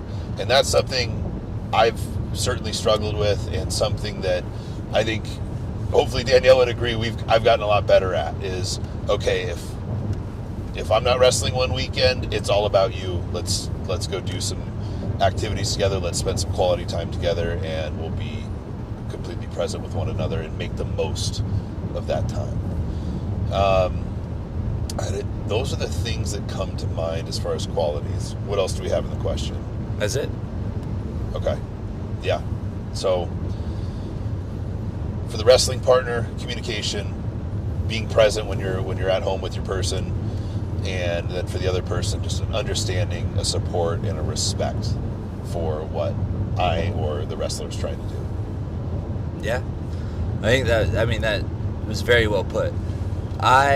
So the reason why I picked it is because we all have, different, not outlooks. I think we all think the same But in just regards like the to this. avenue we get there is a little different. Yes, absolutely. Yeah. So class is in a very, successful relationship, and they're going strong. It's awesome to see. And as somebody who's on the outside of it, but still very much like, I'm not tied, but I'm with you all the time. Yeah. So I see it, and I see the growth, and I've seen like how you guys have navigated situations and how you've handled the struggles of wrestling, and I look to it a lot because I'm like, oh wow, okay, they're doing really well here. And hearing the things he's gone through and the ways that they've gone about things has been really awesome. And it hasn't always been that way too. Like right. we certainly had our growing pains. Yeah. And there's a lot of adjustments. So we've worked to get to that place. Yes. For sure. And it's that, like, it's cool to see, like, oh, they're going through it right now. Like, how can I support? I'll be there for class. How can I hear? And then just hearing when I check in next time, like, hey man, how's everything going there? Oh, well, this happened, and then this happened, and then it's like, oh, awesome. That's how they navigated that. That's really cool to hear. So that a great perspective. And then we'll get to Jaden, but as referenced earlier, Jaden's dating someone in the business. Yes. Totally different perspective on it. As far as me, so I'm actually fresh out of a pretty long relationship, I would say, 2.5 years, which seems to be the very unlucky number.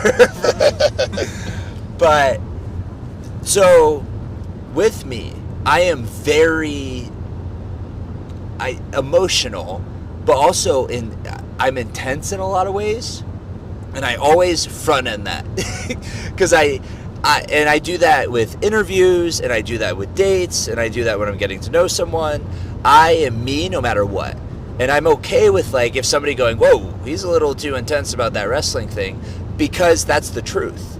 There are so many people in my life, even people who have known me since I was a kid, who understand how deep rooted this love is for me, who even today go, oh, all right, Devin's a little crazy when it comes to that.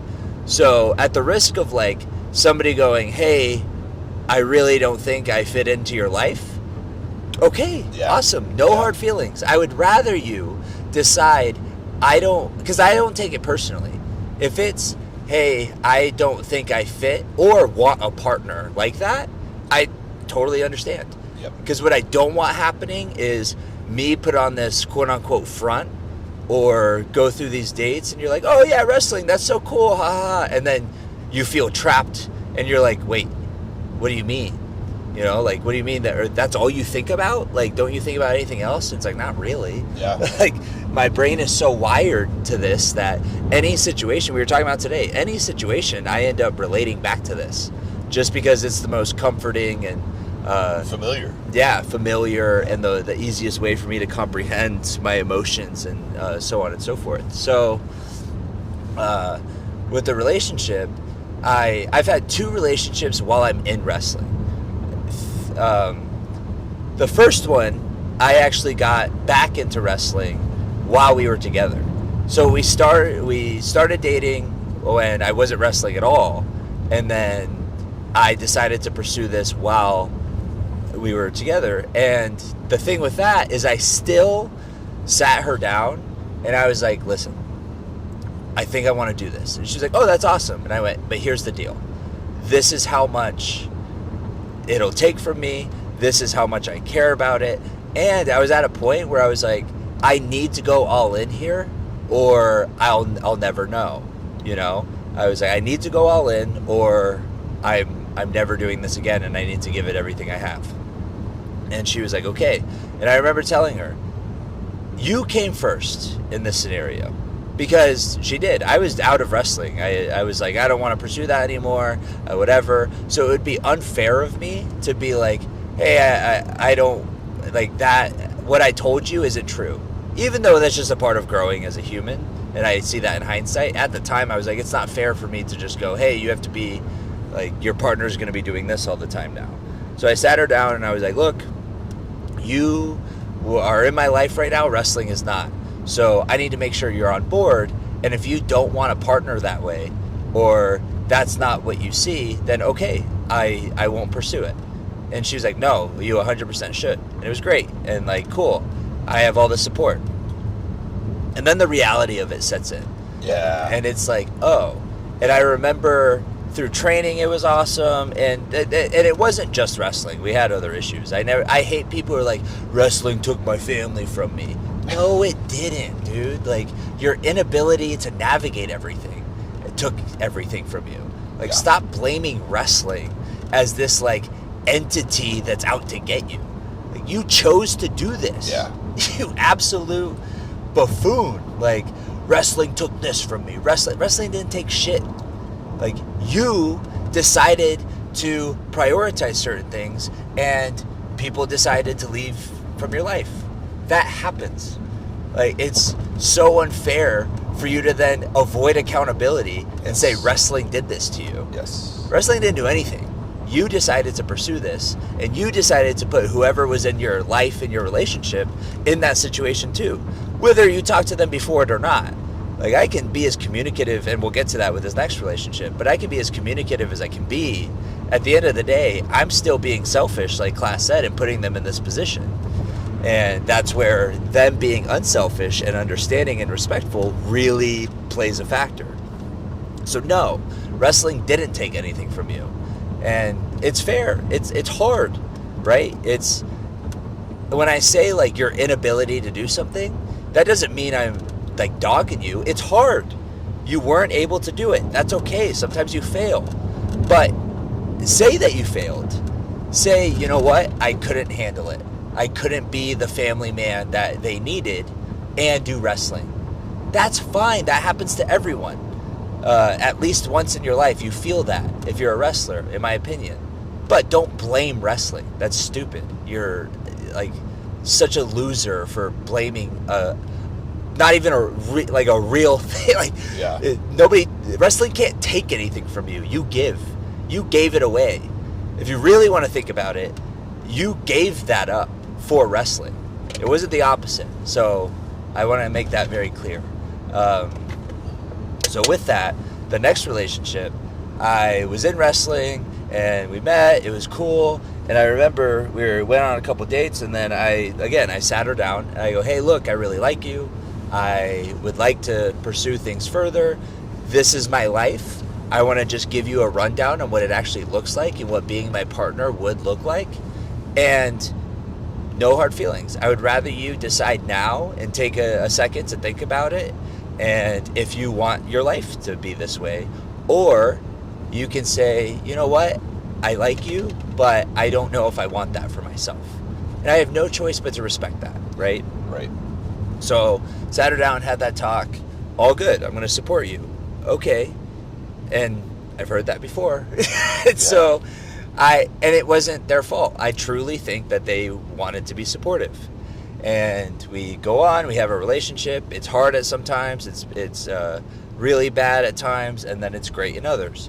And I remember there was a time where we were apart, and one of the things that she said before we broke up, and we ended up getting back together after this, and we clarified, and we're back on the same page.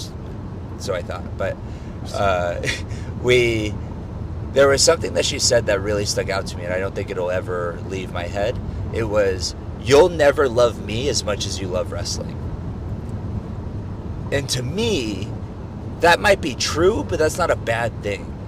Because to me, it's a different type of love. Like, to love a person is way different than to love or have a passion that runs as deep as wrestling does for me. And I explained this too at the very beginning. I'm never going to quit this because this makes me who I am. Like, wrestling is so tied not only to my identity, maybe in an unhealthy way, but it's made me the man that I am today, and I'm proud of that man, because without wrestling, I was lost, I was depressed, I was a hothead, I had so many issues going on personally, I wasn't a joy to be around, I wasn't like violent or anything, I was just, I sucked the energy out of the room anywhere I walked, and I hated that. And with wrestling, I'm able to like bring life into a room and dictate the emotions of a room and provide entertainment for all these people, and that's so fulfilling to me that it makes me who I am. So no, I'm never going to quit. I'm never going to leave. Even when I retire and I can't walk anymore, I'm going to be doing something wrestling related. And it's just, that's how it is at this point, right? I don't see myself doing anything else. And so when I tell people that, it's like, oh, cool, he has something he cares about. But when she put it that way, it's like, oh, this can be seen as me caring more about wrestling than I do them. And that's part of what Class is saying about being present when you're with them. Because at that time in the relationship, it would be, I was so involved in wrestling, I would get to, and I have RBF big time. And when I start thinking, people are like scared to talk to me because they don't know if I'm mad or what's going on in my head. But really, I'm just, like, how many times at training am I just like probably looking miserable and pissed, but I'm working a spot in my head, or I'm trying to like figure out why someone's doing something that looks weird, and I'm trying to iron it out. And somebody will come up to me and go, hey man, how are you? I go, great. And they're like, wait, really? I go, yeah, what's up? And they're like, oh, I thought you were mad. This happens most days. Most days, yeah. And I go, no, I'm just thinking. And they're like, oh, okay, good. Well, that happened in my last relationship where I would be thinking about something I wanted to do in wrestling, or a situation I was in and how I was going to get out of it or get through it, or a match coming up, or so on and so forth. There's like endless things that pertain to wrestling that go on in my head at any given moment in the day. And she would interpret that, not to her fault, but because of my facial expressions. And I give off a certain vibe sometimes when I'm thinking that, oh, I was mad or I was upset. And so she would be like, I don't want to, like, what did I do wrong? And I would never, like, it's hard to be like, oh, you didn't do anything wrong when they get that sense, you know? And so when we got back together, I made it a point to, okay, I'm going to be more present. I'm going to be communicative of like, hey, just a heads up, I'm currently thinking about this situation and it might impact how my face looks, or it might impact the vibe I'm giving off. I'm not mad at you. You did nothing wrong. This is what's on my mind. And that helped a lot. And then things happened. Other things came to light. We won't go into all that. But at the end of it, when I was confronting her about a couple things, there was something where we had decided to end it that she said, I remember telling her, if this happened now and we work past this, what's going to happen when I'm in Orlando? What's going to happen when I'm signed and you can't leave here, but I'm gone? What's going to happen? And she was like, honestly, I think I was always like subconsciously scared about that. Or I was always like dreading that day. And that was like, well, then you never fully supported me. Because even if you're subconsciously dreading the day that your partner gets their dream job, you're going to hold them back in some way, you know? Yeah. And that was like huge for me because I went, oh, yeah, this won't work. This isn't for me. And it was a really hard realization. But I think part of that quality in your person is they have to be able to communicate even when it's hard. And even saying like, if she were to come to me and go, hey, I think I'm dreading the day that you get signed a little bit subconsciously, that's a really hard conversation to have. And I don't blame her for never bringing that up. Because I would be like, well, what the hell? Like, well, that's not good. And that would be on her at that point to figure out her feelings about that and how to navigate it. But it is a really hard situation to be in her perspective and to bring that up. So I think communication is such a big quality, and I don't even know if it's a quality, right? Being communicative is a quality, I guess, but just bringing forth all of the scary thoughts that you're having as well, because if that were brought on early on, we could work past that. We go, okay, well, why are you dreading it? I never got the chance to ask that. I never got the chance to be like, okay, why do you feel that way? Well, because you're going to be gone. Okay, what does that actually look like? What does being gone look like then compared to now? What does making the most out of our time we're together then look like compared to now? We never got to iron those things out. And I think part of that is just because that feeling was never communicated. And therefore, it seeped into other areas of the relationship where there were several times, and, you know, I'm at a show or I'm on the road and I'm dealing with an argument we're going through. Or I'm like mentally screwed up because of something that happened. And I have my friends in my circle to like get me through the show, but it's in that moment, I don't think she's maliciously trying to sabotage it. But when she said, I think I was subconsciously dreading that day, it like almost proved all of those situations right. It was like, oh, even if it wasn't intentional, there was some subconscious element here of not holding me back, because I hate saying that. I truly don't think she held me back, but there is like a subconscious element of not wanting me to go on the road, to a show, so on and so forth. And again, I don't think it was intentional, and I don't think she was trying to sabotage my career in any way.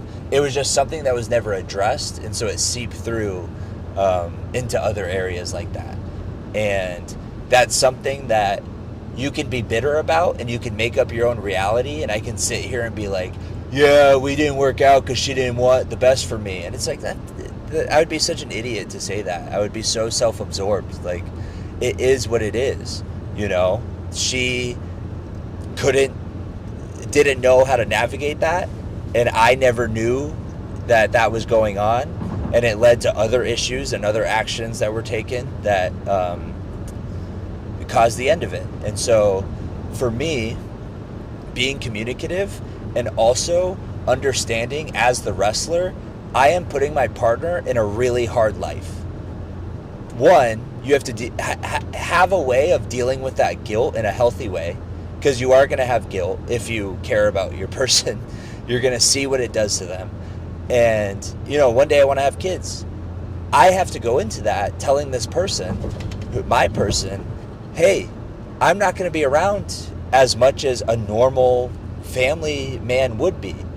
But I guarantee you when I am around, I'm going to be husband of the life and father of the life, you know? And then it's up to me to deliver on that promise.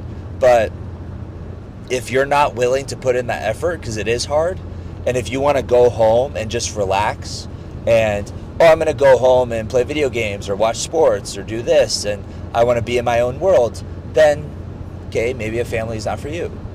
You know, if you want to be a family, it's, in my opinion, my responsibility at that point. If I put my family in this situation where their dad and their husband isn't around as much, then I have to make sure when I am there, they know it and they rely on me and they feel supported and loved by me on all accounts. It can't just be like, oh, dad's here, he's in his room. Oh, dad's here, he's got to relax. Oh, cool, I get to see dad for 30 minutes and then he went and took a nap. Like, no, my life's going to be harder, but it's more fulfilling. And that trade-off is so huge. Like, and that was something in the relationship as well. I would put myself in situations where maybe I didn't have sleep, but I still went to her son's archery tournament. And it would be like, oh, well, you're going to be like tired. Yeah, that's okay. I want to be there. I'm accepting the fact that, yeah, I'm going to be tired because I got off the plane, picked you guys up and went, but I want to be there. And it's not your fault that I'm choosing to do this. It's actually my fault for pursuing this dream, you know? And so I have to then man up, for a lack of a better word, or, you know, partner up and be like, okay, this is what I'm going to do. And I think a lot of people are either scared of that, they don't want to admit that, or they feel too guilty about it. So then they find other things to deflect to. Just owning it and being like, hey, I'm going to put you in a rough situation as a partner where maybe you don't feel supported all the time. And I need you because of my lack of physical presence sometimes. But I need you to communicate that so I can then navigate it with you. Like, I need you to sit down and go, hey, this time on the road has really been killing me. And it's like, okay, what can I do within my schedule that I'm given? Because again, without wrestling, I'm not the man I am.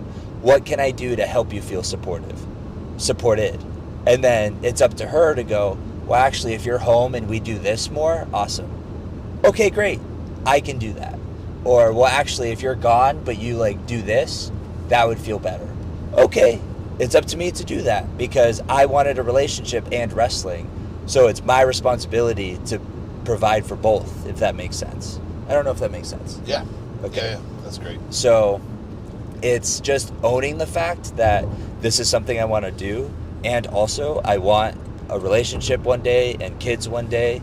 And it's not their fault that I wanted to wrestle. So for me to act like they're a burden and be, oh, dude, how many times I hate this? Like, oh, I had to go back to the wife and do this, you know? It's like, well, then don't get married, dog. Like, oh, yeah, I took this booking to get away from my family. Well, okay, maybe there should have been some thought put into that. Forethought. Yeah, like, I get, like, it's stressful.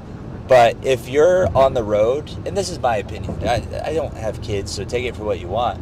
But if you're on the road and you see it as, like, an escape, as opposed to, like, okay, cool, this is, like, part of my life that I enjoy, and then I get to go back to another part of my life that I enjoy, Yeah. and both of them have stressors, but both of them are fulfilling, then that's a way healthy way of thinking about it. Like, when I have a family, it's going to be, yeah, dad's got to go to work, and then when I go to work, it's awesome. I'm here, I'm living my dream, I'm doing all the things, and it's not, man, I missed that, I had so much fun this loop, I don't want it to end. It's cool. I'm going to go, because at work, there's stressors. When I go back to the family, there's stressors, but there's also so much love and fulfillment and enjoyment, just like wrestling, that it goes both ways, you know? You have to accept the good and the bad. Yes, I get to. I don't have to, I get to. Yeah. So yeah, that's my perspective on it. Jaden? All right. So when you asked about answering this question, I was like, yeah, that'll be easy. And then as I listened to you guys talk, I was like, I don't know what I'm going to say. Because I think my perspective is not like rare, because there's a lot of wrestling couples out there. But I think being with someone who's also in the business, I think it's not so much as like what kind of impact does wrestling have on the relationship as much as it is like how much does the relationship have an impact on wrestling. Because we're both in it. And I think that it's not like, oh yeah, I'm going on the road and she has to understand. She already does understand because she's going to go on the road the same day I am. So I don't know if wrestling has so much of an impact, like the travel and everything has so much of an impact on the relationship because we both just are understanding, we both get it, and I don't really know where I'm going with this, but... Well, it's like, it's different in the sense of like all the things that we have to explain or have had to explain to our girlfriends. That's like a built-in understanding. Like, well, we get it. Like, okay, I'm going to be gone for the next 5 weekends in a row. It's like, cool, good for you. And like, you don't have to go through and really kind of justify that or get them used to it because they're doing the same thing and they know that equals success and they understand that differently than someone who's not a wrestler is going to. Exactly. But then, how does that then bleed into the kind of personal stuff that's maybe that we're talking about? Is like, okay, be present. It's like, okay, maybe how can you remove wrestling and just be a normal couple on the weekends that you don't have anything? Yeah, that was something that actually Mr. Joe Graves had to talk with us about. He'd be a great guest. He would. Man.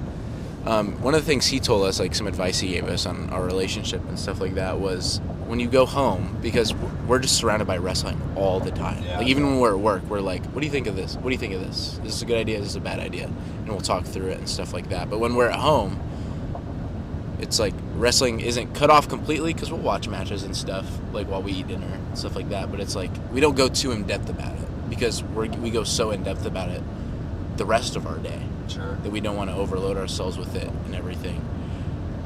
I think some traits that are needed, especially if you're dating someone who's also in the business. I don't know. I think the word for it is compersion or being compersive. It's like feeling joy when the other person is successful and not jealous. Yeah. Oh, I like that word. That's great. I learned a new word today.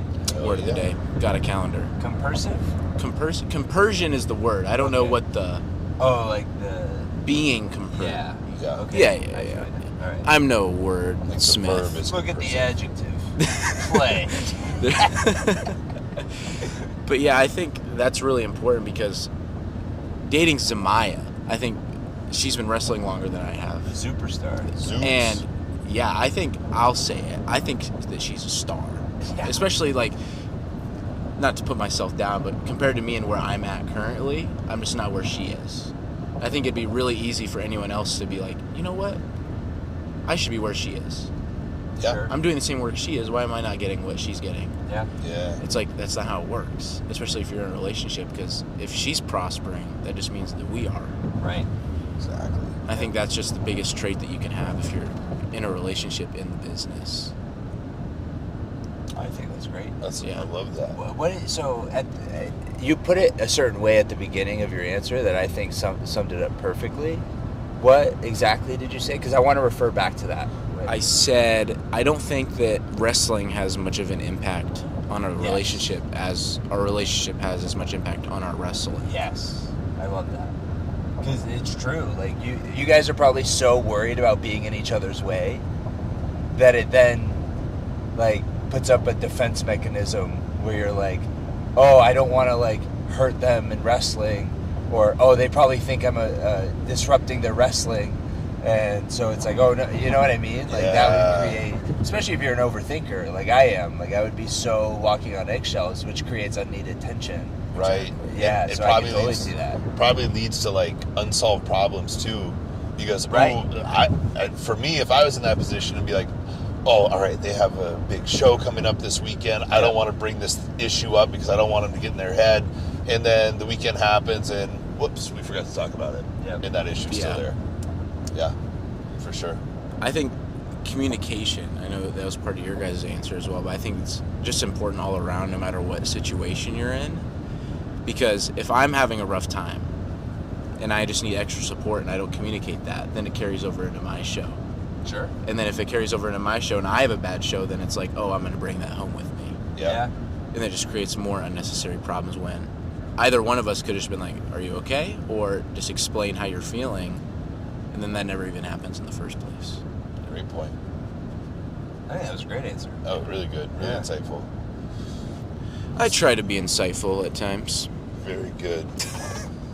Okay, we are almost home. Yeah. But I think if you guys are okay with it, there's a quicker, fun question that we could go through. Let's do it.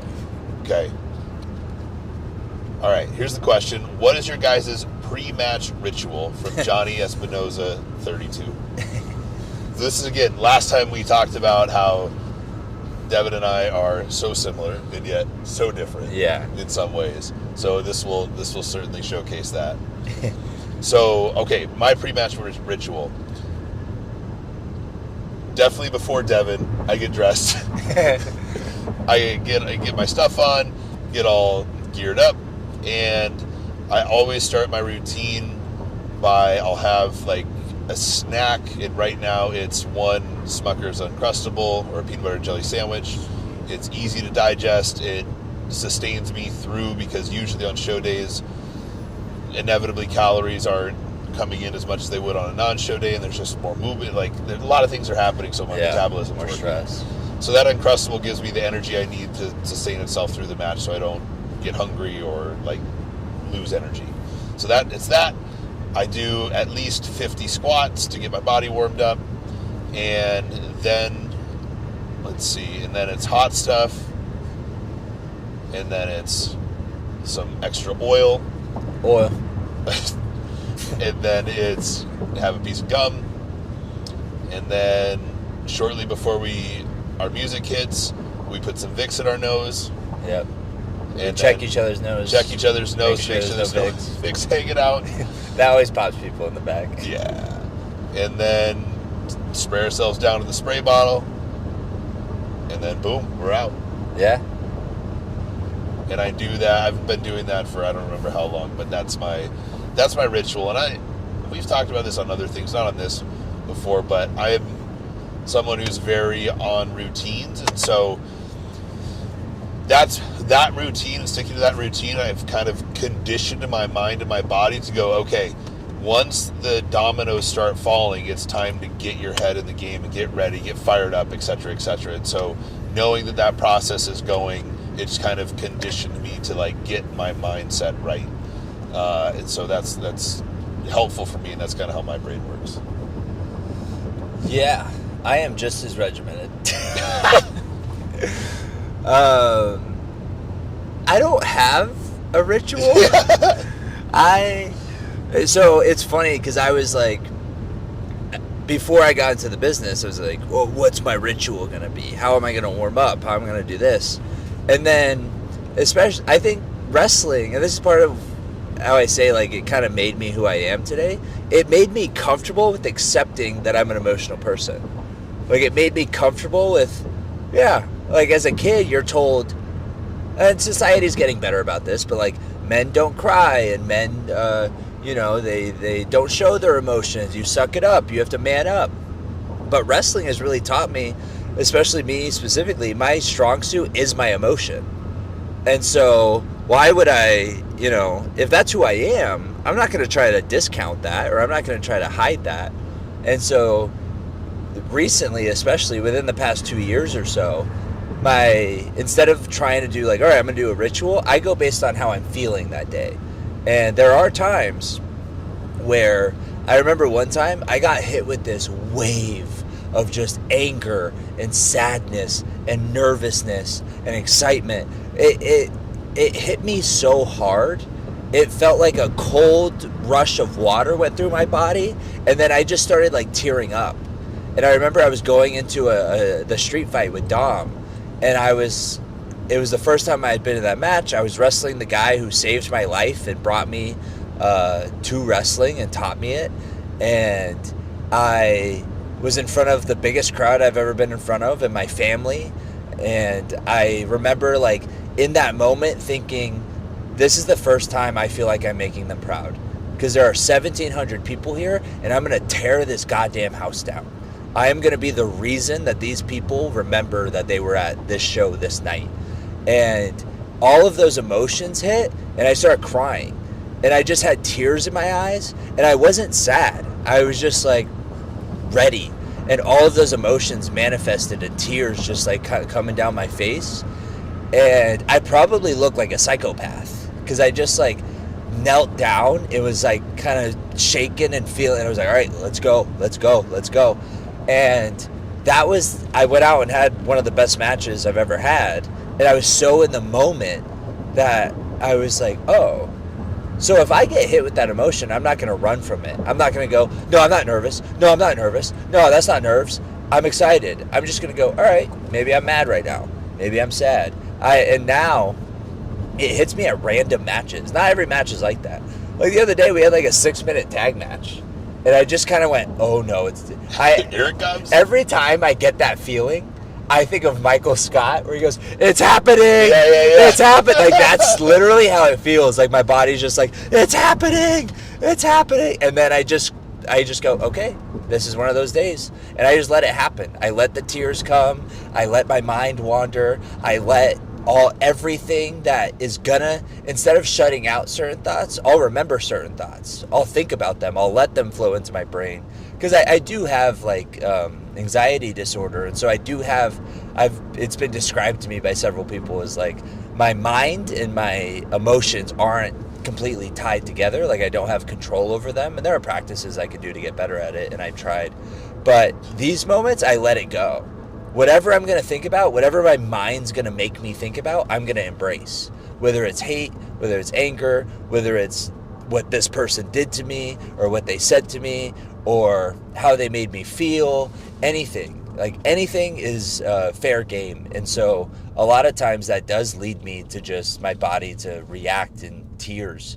And again, it makes me look crazy. But at the same time, I have the best matches after that. And sometimes I have great matches where I'm just like, cool, man, you ready? Let's go. Like, there are times where I'm just, like, chatting and living, and I go, oh, sorry, my music's playing. And I'll, like, just go walk out, and we crush it. And then there's times where it just doesn't happen that way. But when I don't discount it anymore, and I don't hide it. Whatever I feel in that moment, that's what's going to happen.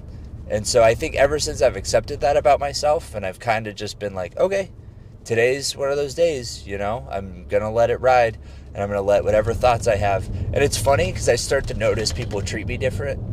It feels like there's a different energy around me. 100%. Because I'll find somewhere, and I'll just go, and then that's where I start, you know, I feel the first tear, and I'm like, okay, damn it, all right.